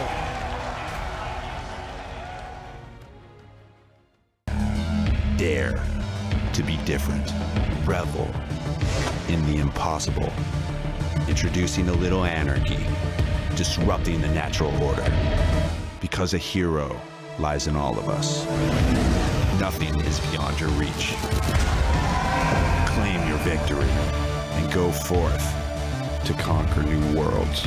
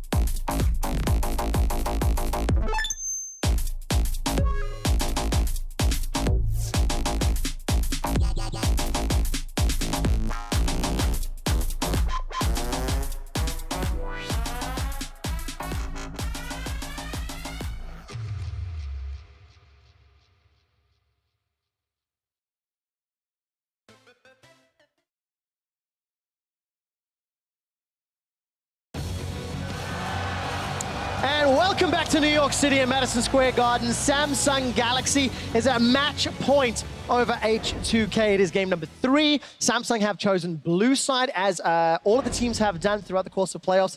Now, H2K looking at pick some bans. They need to dare to be different. They need to change things up here. How do they go about this, knowing the red side, knowing the challenge and the uphill battle they're facing? So I personally like to see them maybe move away from playing only topside early game. Try and get Odamne on something like Poppy, Echo, Gnar. Some of these picks that can actually scale to be a bit of a split pusher and also have impact in team fights as a big front line. And try and get a better bot lane setup. Not Sivir for Forgiven. You need something that can be super powerful in the laning phase and then try and get that lane rolling. I think I agree. I mean, you need to all in on this early game. Just pick the best possible lane in all 3 that you can possibly get with and try and snowball. Yeah, Jhin removal here is smart because H2K clearly does not want to play it. We still have... And the Ashe. All right, they are changing it up for the bottom. Okay, I mean, then Sivir obviously goes up in priority. They're an old pick for Forgiven, like Tristana. There's Lucian. If you want to play purely around bot lane and try and stomp the early game, Lucian is actually an option for Forgiven. Zyra here could be a good choice from H2K. Problem is, MF is available. Again, it's not banned this time around, so if they pick the Zyra, they expect the MF to come in as the answer, and they couldn't really deal with it in the first game. No, they couldn't. So what does H2K do this time around? The top lane pool open for business. Odo could also go for that Jace if he wanted to, but a lot of options, a lot of counters into that as well. Yeah, and the thing is, I like dropping that MF ban. I don't think you need to do it. If you're expecting them to play the MF, hold on to your support pick. It's not as big of a deal if you get something like Nami. If you have sustain in lane, if you have Nami, I think you would be a lot better than if you had Zyra and you were vulnerable and you weren't able to land your skill shots. But if you're Samsung, you can just go Zyra yourself. Because H2K banned MF last game. We haven't seen them play it, obviously. They haven't had a chance to really show it. To ban their MF, though? You can just take the gamble if you're Samsung. Go Zyra here and say, are you playing MF? If not, well, then we have a strong lane setup already, and you have to go Karma again. I do agree, because they've got extra games in the series that they can earn here. H2K are backs against the walls there. Big Must Zyra. win Give from it here on out. Give it to me right here. Unless you're looking for something like Jace. Don't give it to him. Like we saw in the last game. Come on, Samsung, give it to him. Get that Zyra as well. Let's see if so Panda thirsty actually for plays the Zyra. No! Lock it in. Do it. He's going to swap it on. No, he's not. That's it. All right, now give me the wind speakers on it to top it. Send that message again. I don't even need Thunderlords to win this bot lane. Can Vander play MF? One thing we did, going back, at one point, Ambition did have a needlessly large rod as well, as far as messages being sent in that last game. I do like the fun that the players are also having with their flares in game. Yeah, I think Samsung is having fun. I'm not sure H2K is having a lot of fun. They're smiling. Look at that. Yeah, Ruben's having some fun with the wave around the crowd. Yeah, props to production for catching that one. H2K hovering the corner. They're not going to go for the misfortune yet. Still 20 seconds to go. What is the options here for Jankos? Most likely Lee's coming in for him. Lee's already banned. Lee's in his ban, so you can't go for that one. You can take a Lee's if you want the early game impact. Take that with the command, save your top lane for later. Seems to be the go-to choice for H2K here. Now you would be thinking an AD top, right? But I like Samsung's comp so much. Like, Samsung has such a good composition with the first 3 picks. You get the best available support in the bot lane. Against a guy who doesn't play MF, you get Victor, the main champion for your superstar mid lane. Also, if they lock this Poppy in, I really like the Poppy into Jace matchup, actually. And I think that would be kind of a blocker, even if Odamne now wants to balance out their damage and go with the Jace top. And that's where Odamne pulls out an old classic into Trundle. We've seen it a few times. It makes you win that split push. It's good against Poppy. Or he's a little bit boring, he just goes Gnar, which also can win the matchup. He needs something where he's the man who scales away from QV, and he can actually win that split push late game, because Samsung has been playing around this 1-4 setup so well. All right, well, let's see if Odamne and H2K agree with you, Deficio. The team composition closed out Ezreal and Poppy for Samsung Galaxy. They've got a good mixture of really everything. Disengage, re-engage. The crowd is trying to say H2K, but they're kind of misspelling it here. But really, I mean, we're looking at something like, again, Nartron, these kind of picks that can actually do well against Poppy and be especially stronger also when it comes to split push later with something like Black Cleaver for one of them, obviously going Hydra on the other one. And it would be some evolution for H2K if they went that route, because Prolly and H2K have been notoriously defiant of changing their ways in series. There Eventually it is. losing Do it, to Odamna. Splice. 10 seconds on the clock. Give me that Trundle. And it's There we locked go. in. Thank you very Trundle, much. there is some scaling and some split push if Odo can play it well. And there is a huge speed advantage here for H2K. Not only could the 4-man squad, you rely on Sivir and Karma speed boost to try and disengage when they're split pushing, but even if they did get drawn into the 5-on-5, Trundle Pillar really does set up cocoons and boomerangs and little harassment as you're using the speed to disengage as well. Meanwhile, Samsung, they don't have any of the extra speed boosts that they had before. No, but Samsung have an absolutely insane teamfight comp where H2K is looking to split up the map and play 1-3-1. Basically play side lanes with Ryze and the Trundle and try and dominate that way, but you can't fall behind early if you want to play 1-3-1 because then everything falls apart. Definitely a lot of weight on Yanko's shoulders once again with this Elise pick. He's shown up in the 2 previous games. H2K need to go back to a map style of play that they were actually famous for throughout most of the year. And the coaches meeting on stage for potentially the last time here today in Madison Square Garden. Potentially the last time in New York City. H2K have no room for error. Down 0-2, they need a reverse sweep. They need to find some ability that they've not shown yet this series. And we need to see if they actually want to start playing around the bottom side. They have the champion who can gank. They can go against this Zyra especially, who can't really get away from these opportunities. And Odamna will be fine top lane on this Trundle. And they're going to have to pull off that split push, and have attention to detail, especially concerning the warding and the vision. Because as you said, the front line there from Samsung means their team fight is incredibly impressive. Well, Madison Square Garden, you guys were getting loud during picks and bans. Let's crank it up a notch as Samsung Galaxy are 1 win away from Staples. 1 win away from the 2016 World Championship Final. There is a Fog of War stream over on Riot Games 2 as well, if anybody's at home watching. And Ryu may find himself a special present, as it looks like Ambition is coming in. He spots it out in the last second, actually throws down the Ghost. Let's get slowed down. 2 Brolaf axes catch him, but that's not the end of the world, because that's a pretty short cooldown. Yeah, and Invade was so early, Samsung didn't even place on any wards. Oh, a little bit of damage there onto Vander. Actually, a lot of damage. Revenge from game 1, basically. Samsung getting a few good trades early on, but it's so early that you can still recall and return to lane. It just means you won't get any deeper wards placed, and actually opens up for Samsung to see if they can sneak in 1 ward at least on the red buff to try and spot the path from Yankos. Well, you have to think H2K sniffed that one out. Where's the wind speaker? He went Thunderlord. It's on Karma. What a tryhard. Where it belongs. No misclicks this time round. And H2K gonna get their lane assignments, gonna have some vision. Ambition stood on top of a ward. We know Yankos is gonna get spotted out. And we're gonna have to look at Yankos' pathing because we touched on how impactful Elise can be in the early game. And look what Samsung is doing in the bottom lane to get the early push going. Sitting in front of their own wave, instantly they just queue the wave with Ezreal, they queue the wave with Zyra to get that early advantage and start pushing it to get level 2. Exactly. Wave control is so important in these comps where you're running the double range poking bottom lanes, not giving that wave control over to Sivir. Meanwhile, Odamna on the top though, gets his bite in. All right, getting that chomp down. Crowd learning to spell H2K.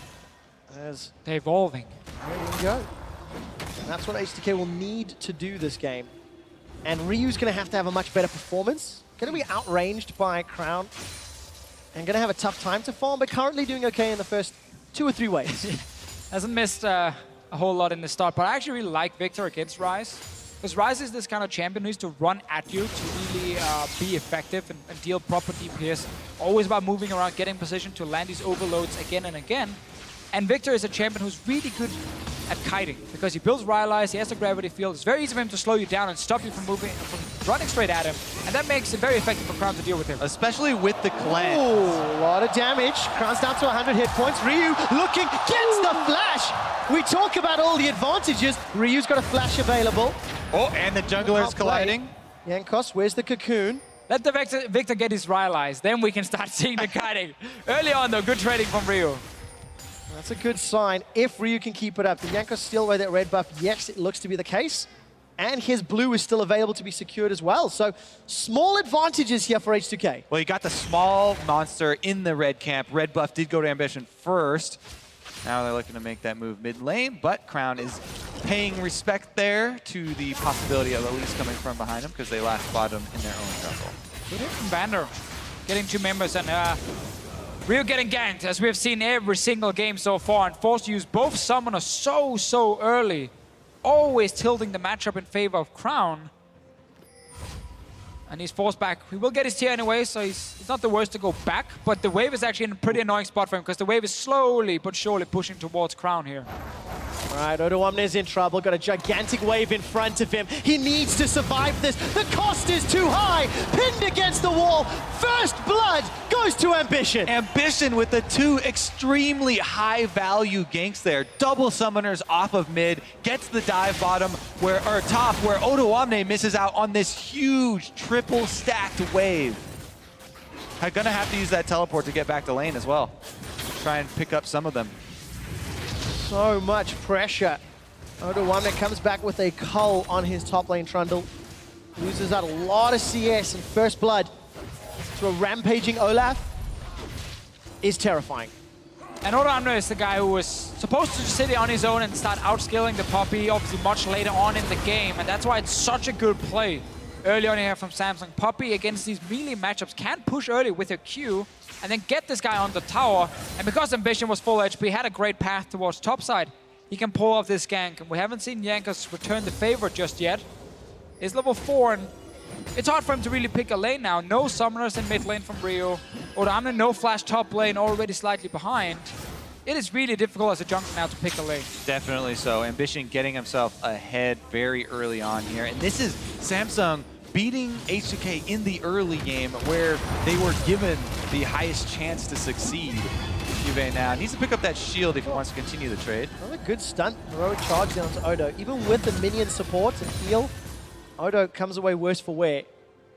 And that wave is pushing, again, is locked for Cube, making Odo's life even more risky. And look at Ruler here on Ezreal. Goes Sheen first item, skips the tier. We've actually seen this once before from Depth, where you go for as much power as possible early, because you know the lane they want to play around is your lane, so you want to be strong. JJ! He's caught by the cocoon, sinking down, damage comes out, and Vander is able to root him with the W. First kill for H2K. They could set up a tower dive. Skill shots cannot afford to miss. Ruler is not going to dodge the cocoon. Exhaust comes out. Kill should be secured here by It's a trade! And Ruler gets one back in a 3v1. So 1 for 2 in the bottom lane here. H2K getting some damage on tower, still gonna take a lot of it. Odoamne, sadly for him though, as we've seen time and time again in this series, when one play happens on one side, instantly the enemy jungler is on the other side, ready to make a play, and poor Odoamne is getting denied a lot of extra CS. Patience there for Jankos, waiting in the tri-bush. Seeing Core JJ roam mid, by the way. They knew he was coming from mid because he had just gone there and cleared out that pink ward. Now he goes for the dive. He doesn't have the time to wait for Repel to come back up. That's why he flashes here super early, because he knows Repel's not going to be back up in time, and very quick thinking there for Ruler to go try and capitalize. Wonder if that Sheen proc on the Q helped out getting that kill. He knew he was going to get camped down the bottom. Actually, he didn't know the focus from H2K would be on bottom side. Again, that's why he wanted that impact early on. Last time we saw this build, it was just straight Iceborne Gauntlet, and then after Gauntlet, you actually went tier. So you get super late, but you get a bit more power early. Seems to be what he's aiming for this time around. Could also just turn this Mana Crystal into a tier next time he goes back.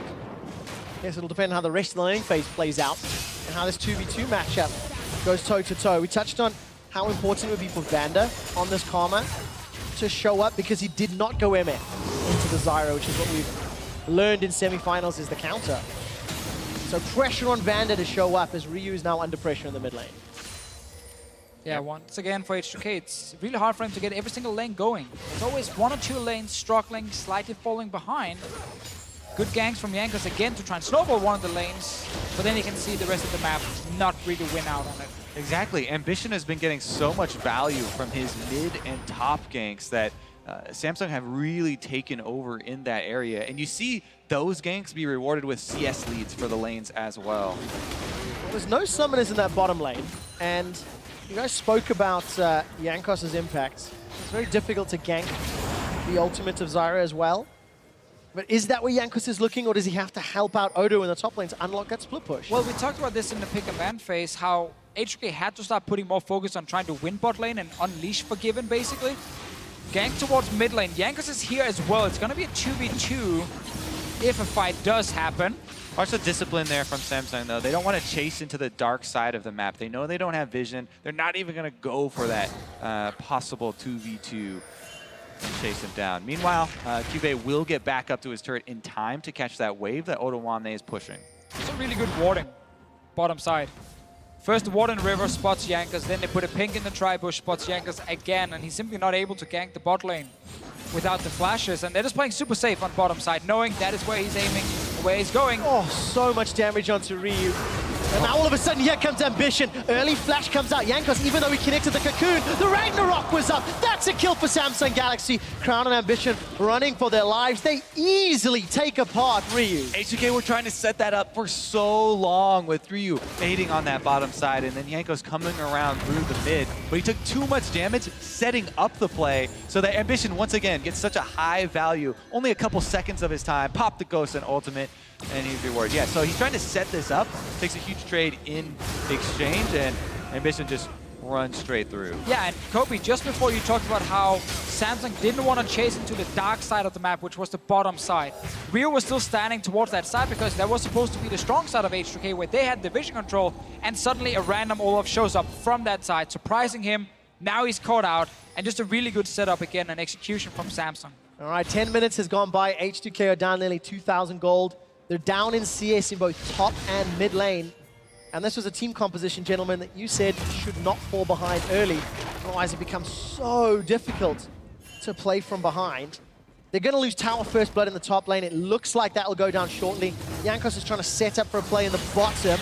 Realm Warp is coming as well. Jankos has gone a little bit early. Stranglethorns has already gone up. Jankos in trouble. True Shot Barrage not available, but not even needed. It's CoreJJ that gets the kill. Ryu is going to donate another, this time to Ruler.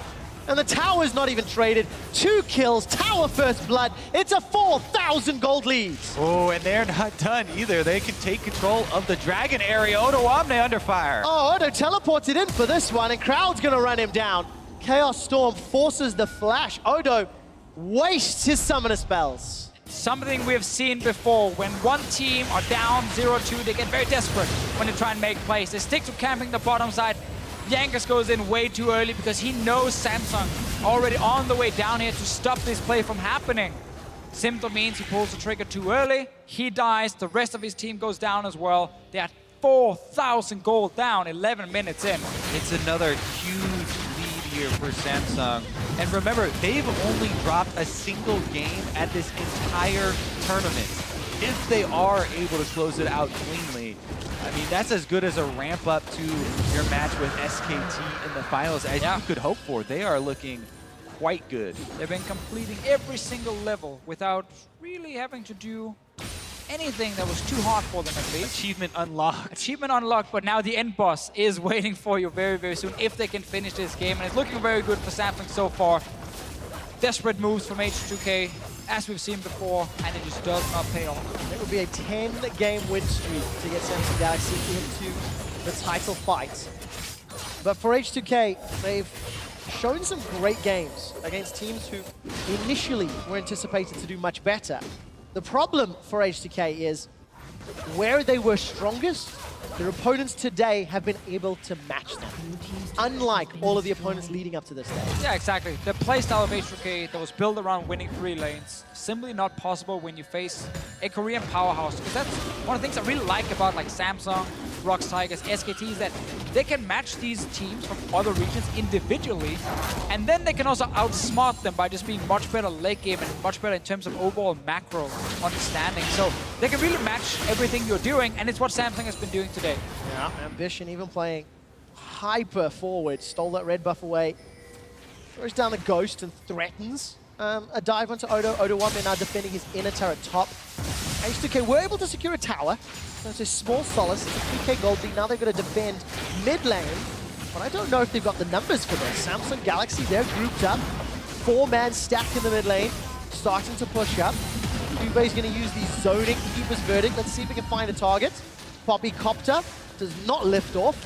And we'll get that cooldown back as the tower looks to fall.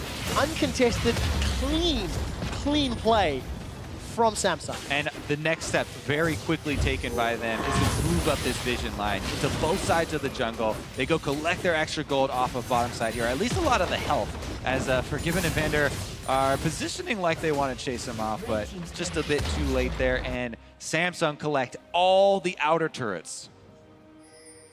And it's rough for H2K. I mean, not only this game where they're so far down, obviously going to be the last game for them if they don't manage to turn around and win. Because this tournament, like, they've been playing really well. If you look at group stage, if you look at obviously quarterfinal against Albus Nux, but they didn't get to prove themselves against other teams, really. And a lot of guys were talking about, you know, deserving this. Odam is trying to trade in mid lane, he gets caught. A little bit of trouble. Crown's low on mana, there's no Chaos Storm. And Samsung Galaxy, I think the debate is still going to rage, because this has been a pretty convincing series thus far. And we talk about, you know, Korean powerhouses, and you included them there, but they're only a very recent powerhouse, and that's what's so cool about this team, their recent rise and how well they've been playing since the Gauntlet, you know, and developing here at Worlds. And how this team, during the summer split, in regular season, they could beat the teams under them, but they couldn't beat the teams above them, except for one BO3 against the Rocks Tigers, where if you ask some of the LCK casters, it'd be like, that was Rocks Tigers playing really, really poorly. But Samsung just couldn't take down SKT and these other guys. Playoffs, it was the same. They dropped out. Get to face KT again, though, after losing so many games to KT in a row. And then they finally managed to beat them in a best-of-5 with Core JJ. Plays really well early games, super snowbally, fast-paced games. And now they show up here at Worlds. They still haven't proven themselves against SKT. But, I mean, who has really so far? Very, very few teams have been able to ever beat them. And that's going to probably be the next one for Samsung. Be the toughest test yet. Does need to be cleanly closed out here. However, with a 5,000 gold lead at 15 minutes and the exceptional play that Samsung have shown throughout the mid to late game, it feels like an inevitability, does it not, gentlemen? It definitely looks frustrating here for H2K as the map sort of closes in on you in these situations, and they're trying to fight for those wards. You know, get the Scuttle Crab out there by the Rift Herald and try and get some defensive vision in their jungle, but even that is such a tall task, and the vision's not even going to be enough. Rift Herald, yeah, is picked up. There's not seen a lot of focus around it, but this is going to be even more problematic for H2K, because one of the keys to their composition was Odo1 eventually outscaling. Now he's got this buff to contend with against a champion who's already ahead with Tower Gold, with an assist. Got the crab. It's such a tough situation for Odo, even more so now. Yeah, think about the Rift Herald so far in this tournament. We've only really seen it go down when one team was really far ahead in the early game. So it's almost a signal that this game is getting out of control completely. And this is great now for the Poppy.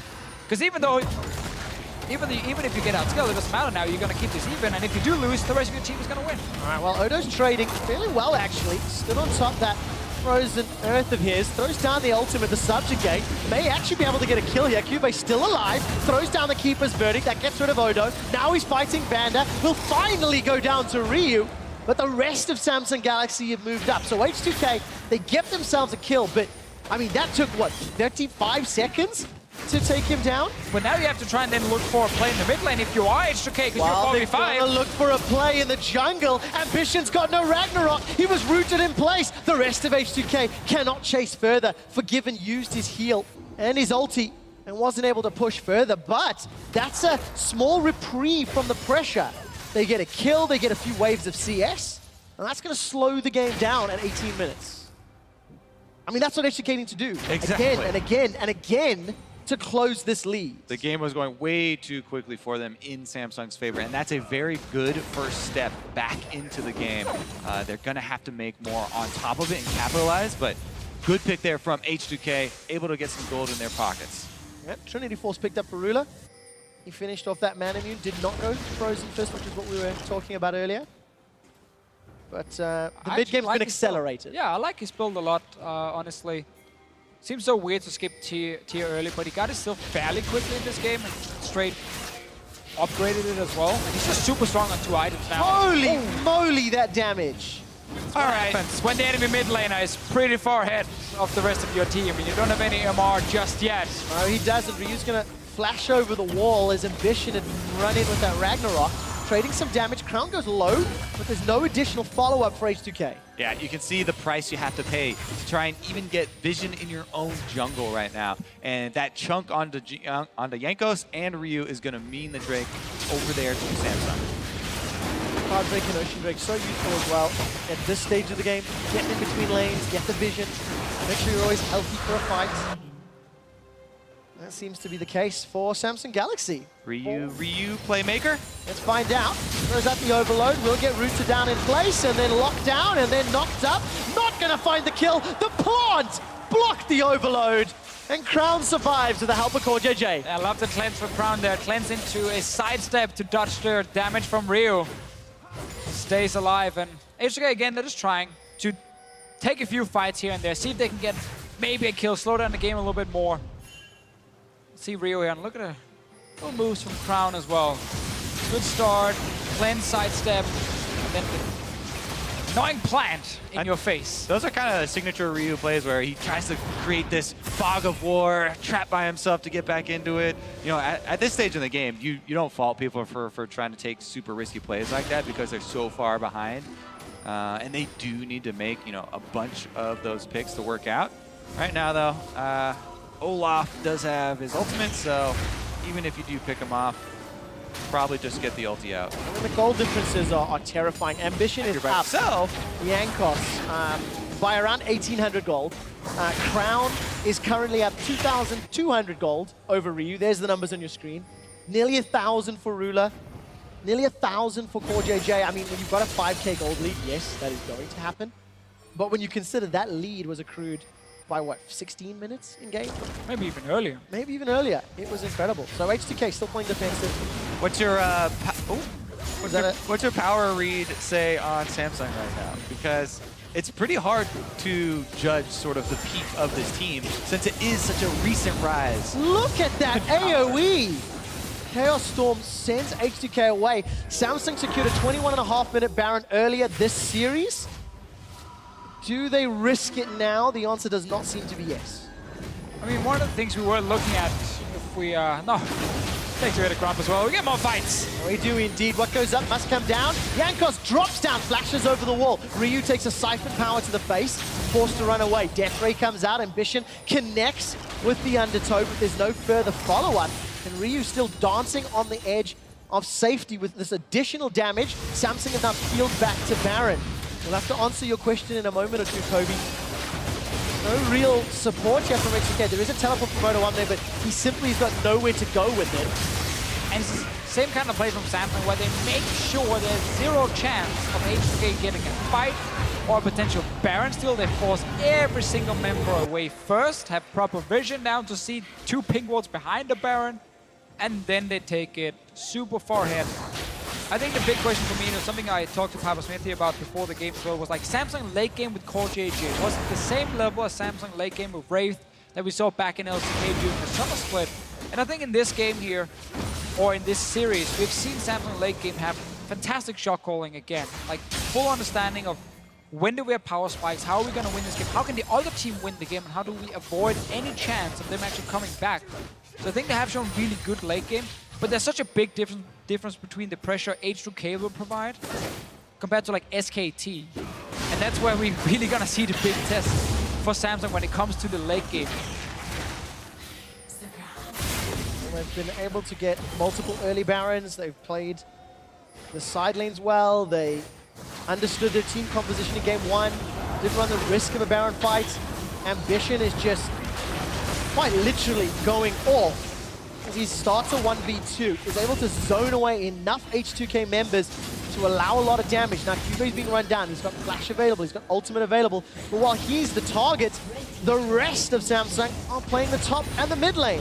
2 towers simultaneously falling over just like dominoes. 23 minutes into the game as well. The complete control here, and the Baron buff is going to allow them to get into the inhibitor turrets as well. No pressure or defense from H2K. Round Warp is available. If Ryu can somehow get in behind Samsung Galaxy, Vander forced to run away. While the pressure's in the top lane, QV's opening up yet another tower. That's the 7th of the game falling in the bottom lane. Ryu's chunked low. Gravity Field comes out. Jankos is locked down in place. Stranglethorn's not going to knock him up because he's already dead. The inhibitor's the focus. H2K have got no reply, have got no answer, and it feels like they've got no chance. H2K now 4v5 have to defend.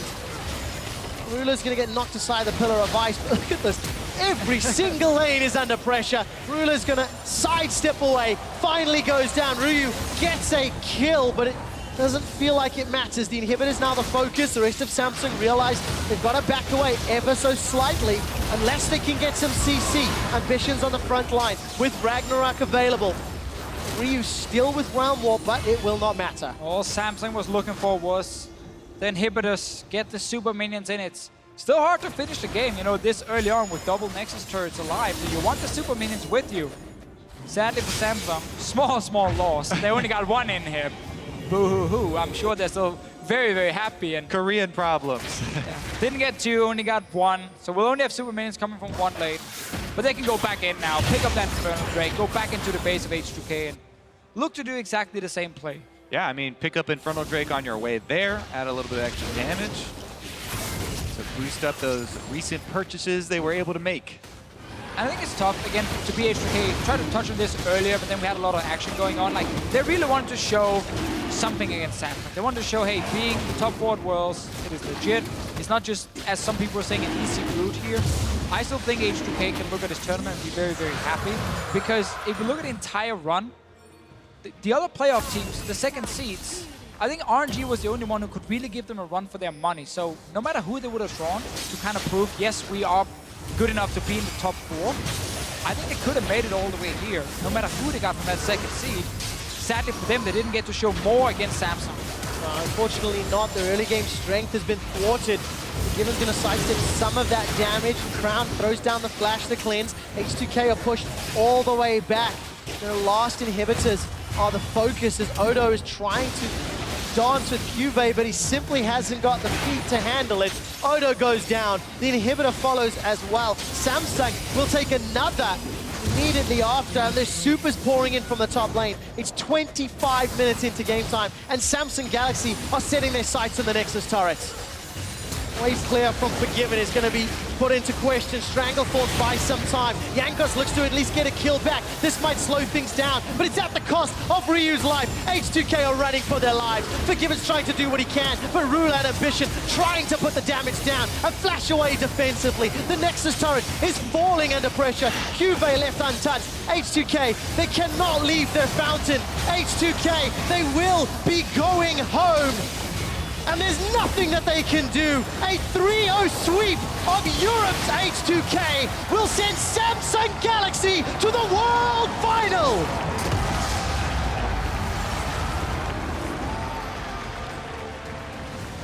And we just gotta take the hat off for Samsung here. I mean, they were far and away the best team today.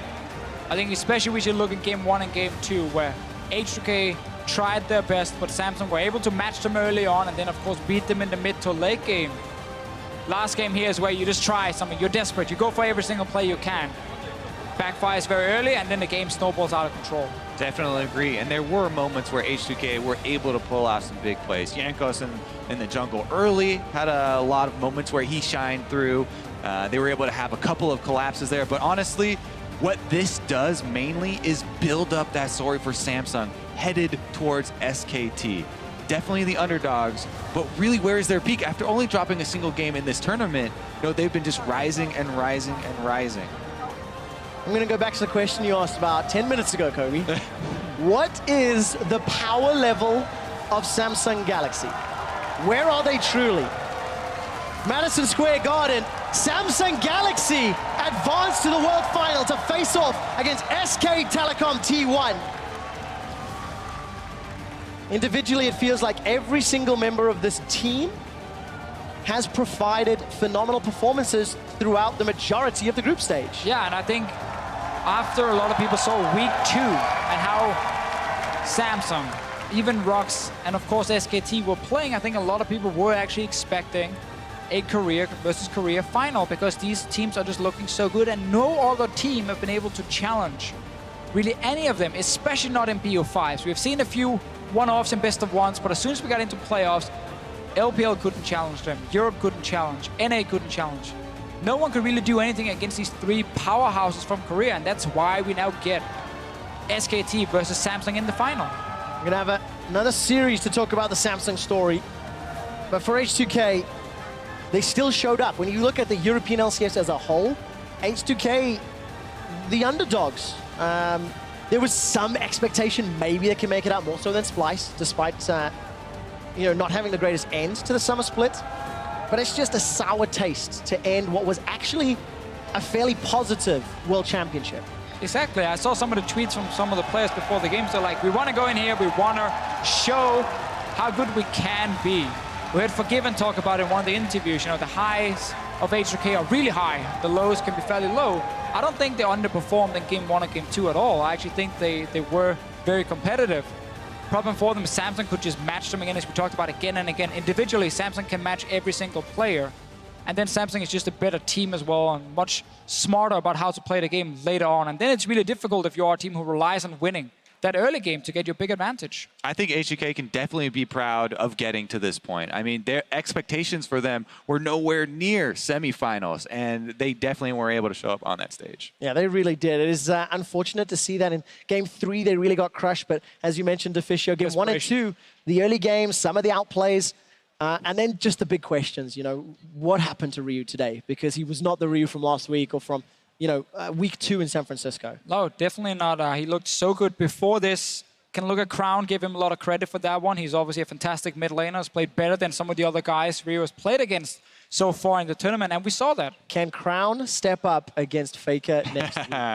Definitely waiting to see that. Super excited now for this finals to see the clash, because a lot of people thought, only Rox would be able to challenge SKT. And now we get a chance, at Samsung trying their hand. I mean, that was a Korea versus Korea semifinal that went to 5 games.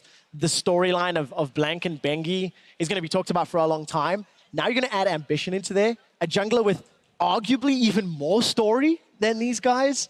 How does Ambition match up, Kobe? I mean, guys? Exactly. You're matching, the Bengi story of the veteran coming back in with Ambition, who's been playing since 2012, switching roles, trying so hard. The best player to never make Worlds, and now he's in a World Final.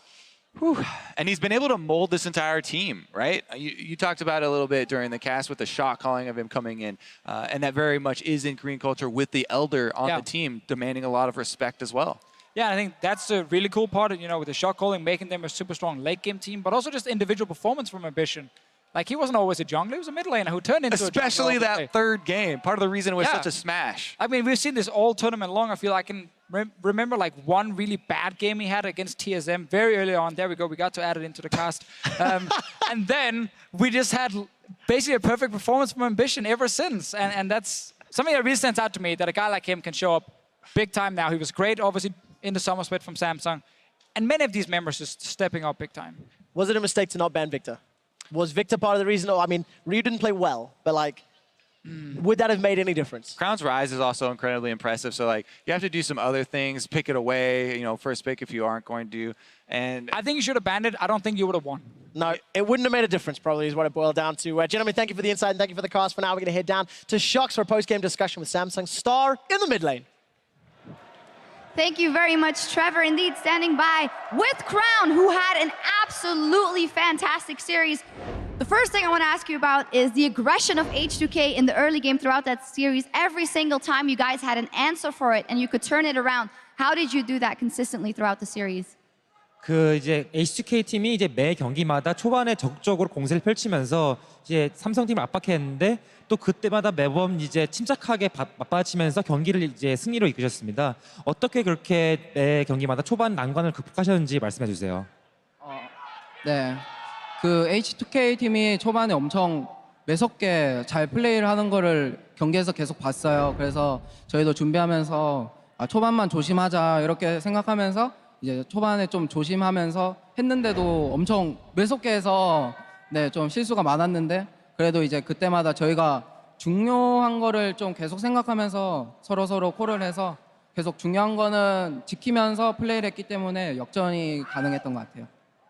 So while preparing for this match, we saw that H2K put a lot of emphasis in the early game and their aggression in the early game. So we just kept telling ourselves that we have to be careful in the early game and not make those mistakes. Yet we did had some difficult time because of H2K's aggressions, but we just kept on talking how we should not give up the important objects like towers and like dragons, and through that, I think we were able to turn around the game. And you guys closed it out 3-0. You are now on a 10-game winning streak and into the final. No other team at this tournament can say that. How have you been able to dominate every single one of your opponents in that 10-game winning streak? 지금 삼성팀은 이번 대회에서 유일하게 10연승을 지금 하고 있는 팀인데요. 그 10연승을 올릴 수 있었던 비결이 무엇이 있을까요? 비결은 그냥 일단 다들 열심히 했고 그다음 하늘에서 도와주신 것 같아요. 운이 좀 많이 따랐던 것 같아요. 네. So I think with a bit of luck and everybody's hard effort, we were able to do that 10-game win streak. Well, a bit of luck, maybe still no Korean team met, but now you're going up against the defending world champions, SKT, at Staples Center. What are your hopes and goals for that matchup, as it will be a tough nut to crack? 이제 드디어 마지막 끝판왕인 SKT, 이제 전 시즌 우승팀인 SKT와 이제 LA 스테이플 센터에서 붙게 되었는데요. SKT와의 대전에서 어떠한 기대치를 이제 가지고 계신가요? 결승을 가는 게 지금 좀 가는 게 맞는지 싶어요. 지금 기분이. 근데 어제 경기를 보고 새로운 목표가 생겼는데 SK를 이기려면 미드를 이겨야 되는 것 같아요. 그래서 이기고 싶어졌어요. 그래서 열심히 할 거고 네, 지켜봐 주세요. 감사합니다. I still can't even believe that we're going to the finals, but watching SKT's match yesterday, I had a new goal. I realized that in order to beat SKT, we have to win in the mid lane. So my new goal is to beat FLICKR, and I would really like to accomplish that. So keep cheering for us, and thank you. All right, well, thank you very much. We will see if that happens. Crown and Samsung Galaxy off to Staples Center to the final of the World Championship. There we have it, Samsung Galaxy, a 10-game winning streak, moving on to LA Staples Center to face off against the reigning world champions in SK Telecom. New goal to beat FLICKR. Very dangerous things to say before playing FLICKR. FLICKR in the press conference afterwards said he was annoyed the crowd was cheering for Peanut.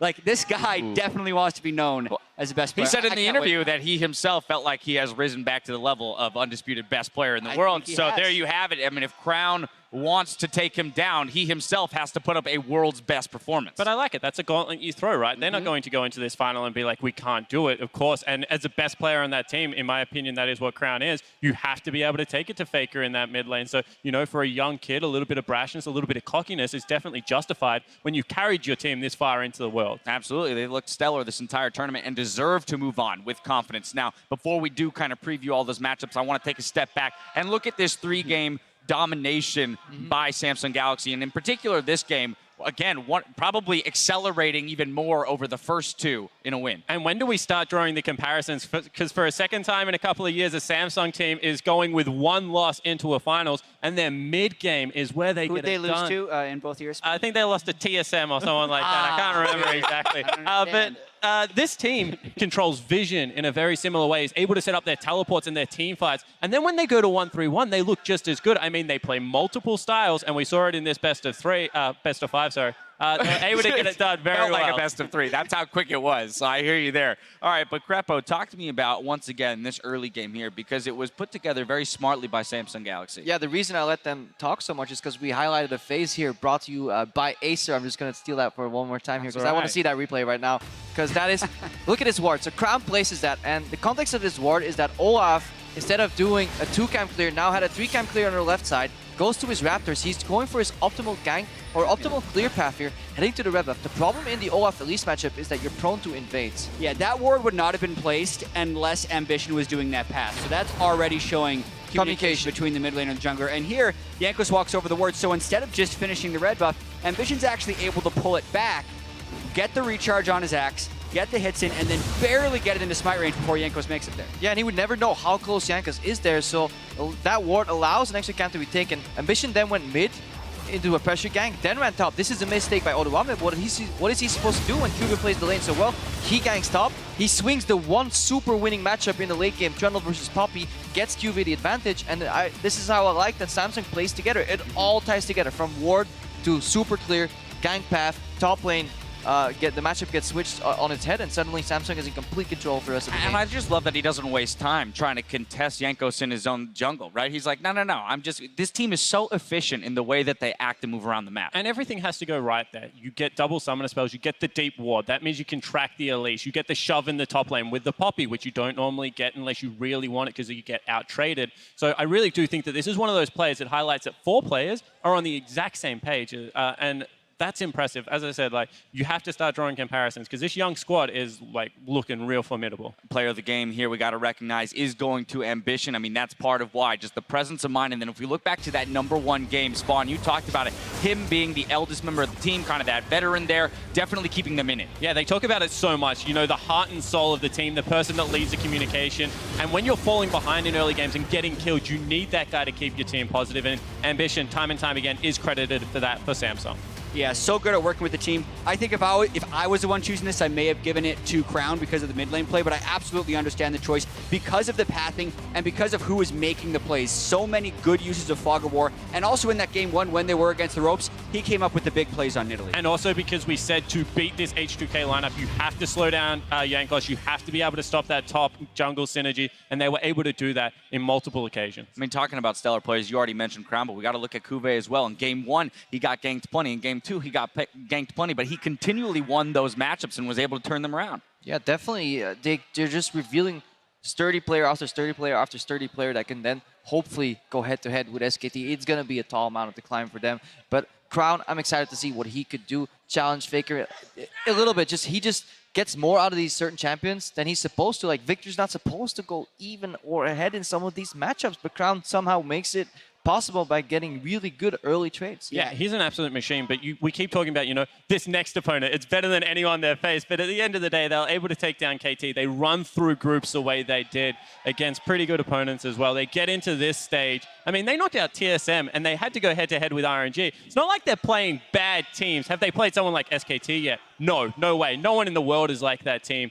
But, you know, they still have overcome very classy opponents to make it this far. And as we acknowledge Samsung Galaxy moving on to the finals, we have to bid farewell to H2K, the only Western team to make it as far as the semifinals. And although they got 3-0 tonight, Defici was saying that they should be proud of their accomplishments here at the World Championship. Honestly, they matched on a lot of European teams in terms of legacy, because for me, Season 1 doesn't really count. Then Season 2 was kind of underdeveloped as well. We had CLG EU, Moscow 5 there. Then there was Fnatic. Then there was nothing. Then there was Fnatic and Origin again, all up to the semifinals. H2K now can get added to that list. They matched the best European results at Worlds historically, and they can be proud about that. And Jankos was insane in a lot of these games. He had spectacular mechanics, spectacular pathing. Every player also had their individual time to shine for H2K. There was a game that every individual member of that team were able to carry. They couldn't put it together against Samsung. This was a really bad day for H2K, I think, on top of also playing against their best opponent yet. And semifinals, that's how far they made. And unfortunately, due to recency bias, you remember the close games. But that day that they put up in group stage, where they're able to run through the whole the entirety of their group, and then do it to EDG again. People are going to look back at that play at a Ryu and be like, "This guy is legit." Didn't play well today, but had some of the best League of Legends in that group stage day. It was like phenomenal. I really hope this H2K lineup can carry on their strengths into the next season in Europe, because they definitely have it in them to be a contender for 4, especially if you look at how the teams around them have kind of capitulated overall. Fnatic without a roster right now, Origin completely collapsed here. H2K could be a front runner for the title in Europe if they can play to their strengths like they did here. Absolutely. Well, now it's time to take a look at the updated bracket. SKT and Samsung Galaxy have emerged victorious in the semifinals and will move on to the Staples Center in Los Angeles to battle for the World Championship. Now, even if you're staying at home for finals, we're celebrating the last round of Worlds over 2 days, and you're invited to join in on the festivities. Tune in Friday at 6 p.m. Pacific time for an awesome event streamed live on watch.lolesports.com. We'll kick things off with a special live edition of Primetime League, followed by an all-mid, all-star deathmatch. We'll have a cosplay showcase hosted by the all-chat crew,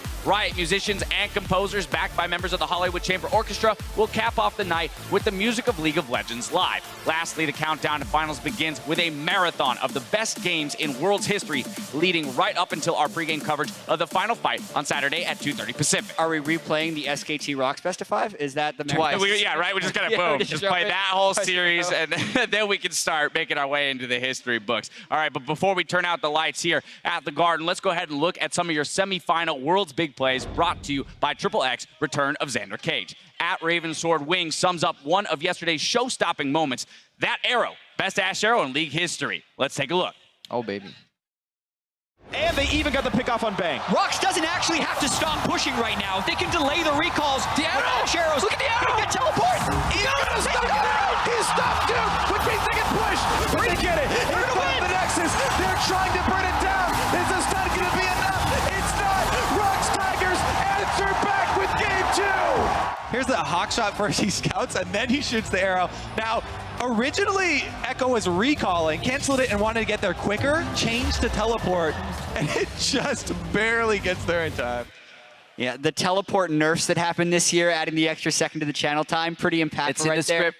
Yeah, I mean, he saw the start of the recall / teleport, so the aim was easy, but as far as game impact, one of the greatest Ashe arrows we've ever seen. Yeah, and you know, people are talking about Peanut's performance yesterday, and it's justified because he played very well, but Prey to me stepped up, elevated himself, has fallen short again in another World. This is a guy that's been there multiple times, but boy, is he a fantastic And we saw it. It made Crepo's knees weak there. Boom, dropped a couple inches. All right, well, at Jay Lundgren Sports has an important question and an answer. How do you beat a team with 3 Infernal Drakes? Well, you beat FLICKR. Here's your World's Big Play. Trying to keep out. Repel gets away from this time. He goes in for it, and it's secured by Bangy. That is a big deal. SKT, Shockwave, a shutdown. They've got 3 already. They're looking to kill absolutely everybody. Rocks Tigers getting wiped off the face of the map. Speth the only one alive. And this is why I put so much emphasis on clutch players. FLICKR and Bang, the SKT have shown on the biggest stage, they are reliable and they can come up with these plays. Yeah, climactic moment in that series, but I also have another answer for how you beat 3 Infernal Drakes. Okay. 10,000 gold leads. Oh, That definitely helps. that's pretty good. That's pretty good. But that is one of those moments that we talked about where that entire series kind of hinged on just singular plays, right? Because again, with those 3 Infernal Drakes, Rox is able to extend it maybe a little bit more, and that game could have gone the other direction and started off the whole series on a different note. Yeah, and Rock should have probably not gotten a single one of those Infernal Drakes. Every single one was kind of procured by some creative plays that they made, and they really just were playing so tight, and then it just all fell apart in the end. So close, so close. As you mentioned, maybe we'll see that entire series come next week as we recap Worlds. Now, remember, you can always share your highlight reel moments by tweeting with the Worlds, or rather with the hashtag Worlds Big Plays. Now, stick around for another edition of Worlds tonight with Riv, Deficio, and Papa Smithy. That's going to do it for us here in the Big Apple. Now, for myself and everyone here in New York City, thank you for joining us, and we'll see you in LA.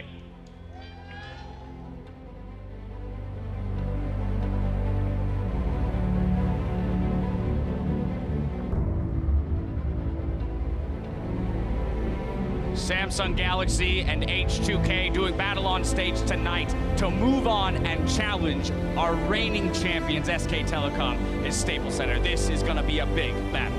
Because you could see the fishbowl effect already when Ruler was looking out into the crowd. This is bigger than he has ever played in his life. Oh, okay, well, there we go. This is going to be problems. Ambition is low. UK, H2, what was that? They've killed Ambition. Oh, I go kill. Go, Victor. I'm going to Victor. I go 7. I'm on my way. I'm Victor. Nice. looking for it. That's a kill. They've traded 1-for-1. Jankos running for his life. Ryu's cut down. And with QB chasing, you're never going to outrun an Echo. Oh no, oh no. Ryu's in trouble. Here comes Ambition. Crown gets the kill. Jankos is running for his life. Look at the backline. Lona's going forward, but Ambition's running for more. They traded 80 carry for support. It's not done yet. QB's unforgiven. QB's not forgiven. Samsung Galaxy are one win away from Staples and a shot at the World Championship title. H2K have no room for error. Just Strangleforce buys some time. Jankos looks to at least get a kill back. This might slow things down, but it's at the cost of Ryu's life. H2K are running for their lives. A 3-0 sweep of Europe's H2K will send Samsung Galaxy to the World Final.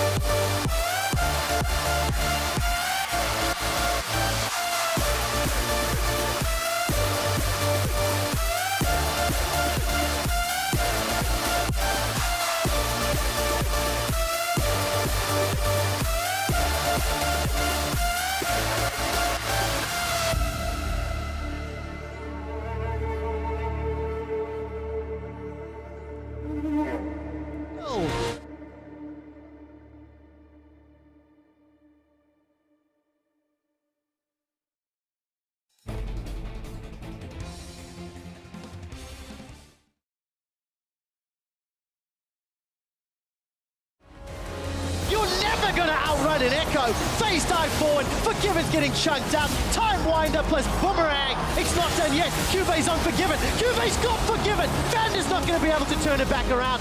H2K, they cannot leave their fountain. H2K, they will be going home. A 3-0 sweep will send Samsung Galaxy to the World Final.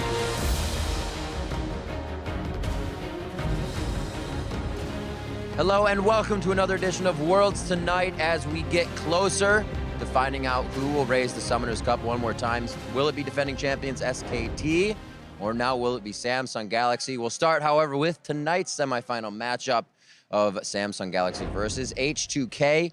Many on the analyst desk said 3-0 as it were to go. Some threw a game in there, but Samsung Galaxy came and they performed. And look, I mean, the big story here, of course, was that both teams were on those big undefeated streaks. We're like, okay, one streak has to end in game one. I went over to Samsung. That was definitely the closest of the 3 games, but that streak for Samsung is still going after this series. Yeah, and I'm just super impressed with Samsung, how they've become such a good early game team while still maintaining some of these late game fantastic like shot call moments that we've seen before from them, where even with Core JJ, no Wraith in there, they're still able to actually outplay the should we say, Korean powerhouses, or other Korean powerhouses in the late game macro-wise. H2K had no chance past like 25 minutes. And this game one was basically mano-a-mano from Ambition and Jankos for the first start. And it actually came down to it being the junglers for a lot of this series. And I think the game one, as you say, it was mano-a-mano. It changed a bit in game two, but Jankos was keeping them in the game all the way through, but Ambition was farming. He was actually being a lot more defensive. He needed his lanes to play safely, but his lanes did that, and then they came to a head in the late game. Yeah, and I'm glad to see Jankos play this well. I definitely feel like he's been the best performing Western player at the entire tournament. Kind of showed it here as well. Like, he was the guy who needed to be the X factor, who needed to get every single lane ahead. But the problem is, as a jungler, you can't gank every single lane.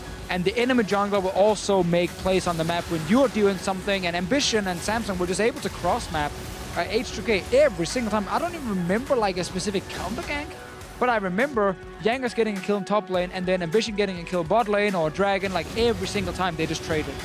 Then we hop into game 3 in Samsung Galaxy, basically already the train on the tracks. They were moving fast. There was little that H2K could do at this point. Yeah, I can just say here, like, this game was not H2K. This was a team down 0-2 who was super desperate, who had to try and pull off some crazy plays. And we have seen this before when a team is down 2-0 already. So judge them on game 1 and game 2. Game 3 were them trying to throw the entire kitchen sink at Samsung. And we were looking for an evolution from one of these teams. Both of them looked much better in the early game. We were wondering which team would take the next step. Over the course of the series, we got the answer. It was Samsung, tightened up their play, close game 1, less close game 2, and then Samsung in full control in game 3. All right, so before we fully talk about the matches going forward, this is Samsung Galaxy we see that could put a dent in SKT and even take the cup away from them. I think it's hard to make that prediction, honestly. SKT just beat what I expected to be the best team in the world, Rox Tigers. Many did, obviously, coming into the tournament. They just beat them in such an epic series where they play 5 hours of League of Legends with so few mistakes and on such a high level. Samsung, sadly for them, not to blame Samsung, but sadly for them, they haven't gotten to face Rox or SKT so far, so we haven't seen them fully challenged that way, and I think SKT comes in as a big favorite. And it's pretty much the same story as last year. SKT in the same situation, big favorites in the final, and now a young upstart team who's only just got it together towards the World Championship being looked at to try and put a dent. So will Samsung win a single game? I think confidently you can say perhaps, but to win a series against SKT, oh boy. Confidently perhaps. All right, well, we're going to That's find right. out why you think that in just a few minutes. We'll go into the Samsung Galaxy versus SKT final in just a moment. If you're watching in the client, head over to youtube.com/LOL Esports for the full version of Worlds Tonight.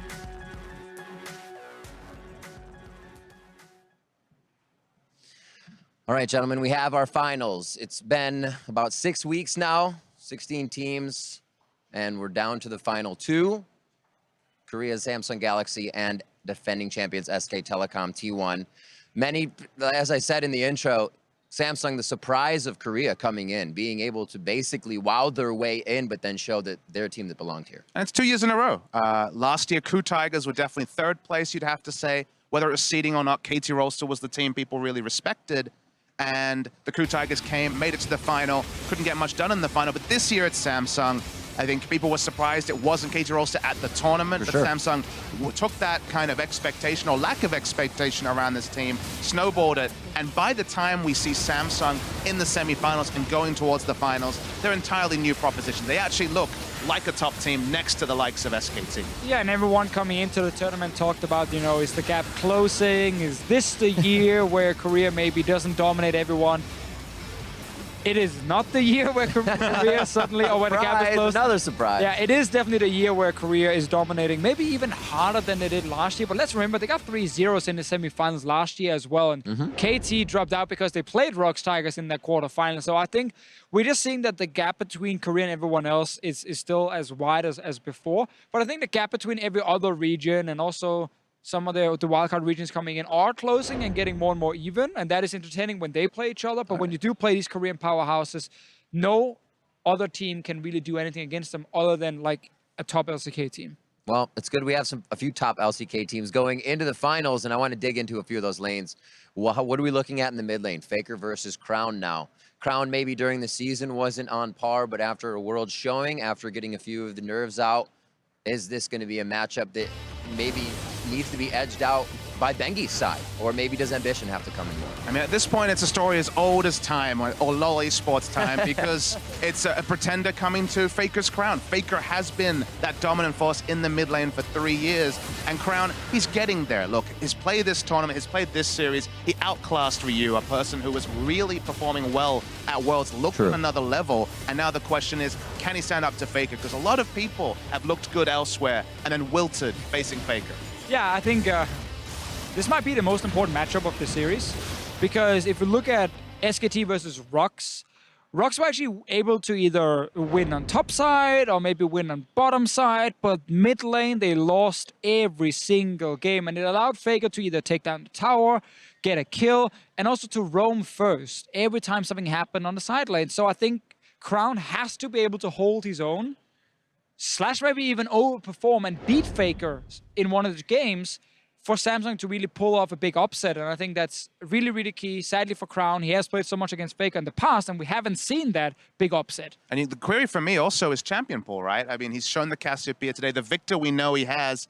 Victor against FLICKR didn't look too great for Kuro just yesterday, and he's another great Victor player. So does he have those extra champions? We don't think he plays the Aurelion Sol. Does he have the other X factors? They have to ban Syndra a lot. Question marks on Crown, and whether that's going to be figured out in picks or bans, or if they just give him Victor and navigate around the Victor pick like they did against Kuro. I think Crown can get there, but I think he has to show something new if they're going to win more than a single game in the final. Is this a game where we have to see Ambition play as he did tonight and give Crown the edge? Is that going to be something that Samsung needs? Yeah, I think it could be huge. I think that's another good point. You know, Ambition has been playing really well this tournament so far. He's definitely been a force to be reckoned with, both early game and late game, which I think stands out. And we also know he's such a big voice on the team. So it's kind of like him and Crown together, because I actually think, like, side lanes, I think they're going to be fine. I think 2v2, they're okay. I think top lane, 1v1, they're okay. It's literally about mid-jungle, where I need to see that advantage go in favor of Samsung for them to win. And it's just such a cool matchup, because these are two obviously very long-term players, two very historical players, and we talk about good roster changes. Double lift to TSM, for example, is one that NA fans can look at that really leveled up TSM. Samsung was right down the bottom when they got Ambition at the start of this year. They were not a team that was a contender. They'd never made playoffs after of course, Samsung White and Blue were no longer a thing. And then Ambition comes in, is that shot calling voice. They level up in spring, they level up much further in summer, and now they're on a whole different level at Worlds. So it's just really cool to see Ambition being the key factor there. And then Bengi, his likely opponent, did the same thing for SK Telecom, just a single series. So it's nice to see the old men of the jungle, the old men of League of Legends esports, really a big Yeah, it's cool to be old right now, that's for sure. That's exactly what I got of it. And on the other side, obviously Bengi coming in, we're seeing that Blank's not working for SKT. Can Ambition even stop Bengi before trying to help Crown? So I mean, I have to say yes, because I actually think I think Ambition is a really good jungler. The problem is it's so rare that you're just stopping one guy. You're kind of stopping Bengi plus FLICKR, then Wolf is there, then suddenly there's the TP coming down, and then, you know, more people join in. So just beating the jungle matchup in itself is important, but it's so hard to do. I think Bengi and even Blank, because I think he's going to play a game or two as well, I think both those guys can go even with Ambition, and then it's up to everyone else really to kind of get the advantage. And I like that you hit the Blank pick, the Blank point, sorry, just because I do expect him to play. And although Blank's style and what Blank brought to the series against Rox Tigers, lost on the 2 games, he was 0-2. He has been very successful for the rest of the year. They play a little bit differently when Blank's in the lineup. So just because it didn't line up against Rox Tigers doesn't mean that it's not going to be effective against Samsung. That's very interesting. I mean, in the past, we saw FLICKR and Easy Hoon kind of being switched out with no rhyme or reason as well, due to a match here or there. So it could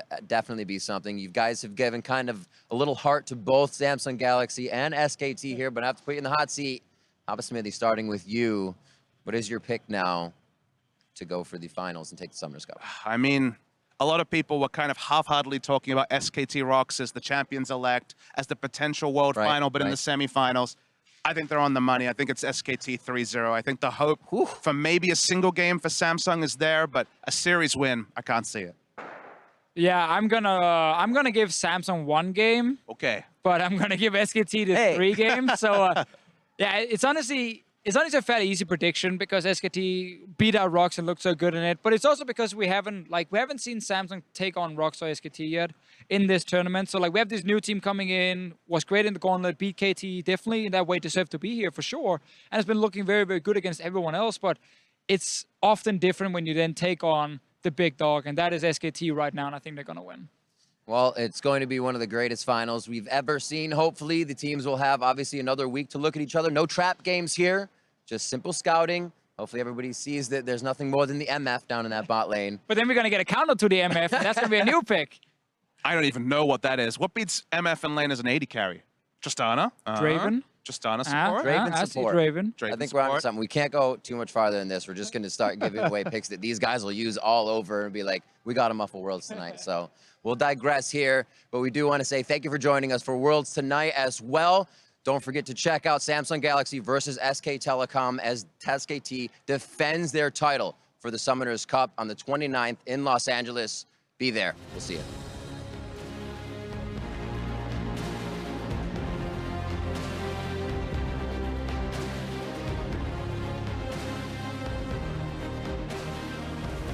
You're never gonna outrun an Echo. Phase dive forward. Forgiven's getting chunked out. Time winder plus boomerang. It's not done yet. Cuve's unforgiven. Cuve's got forgiven. Vander's not gonna be able to turn it back around.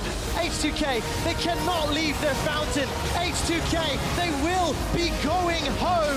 A 3-0 sweep will send Samsung Galaxy to the World Final.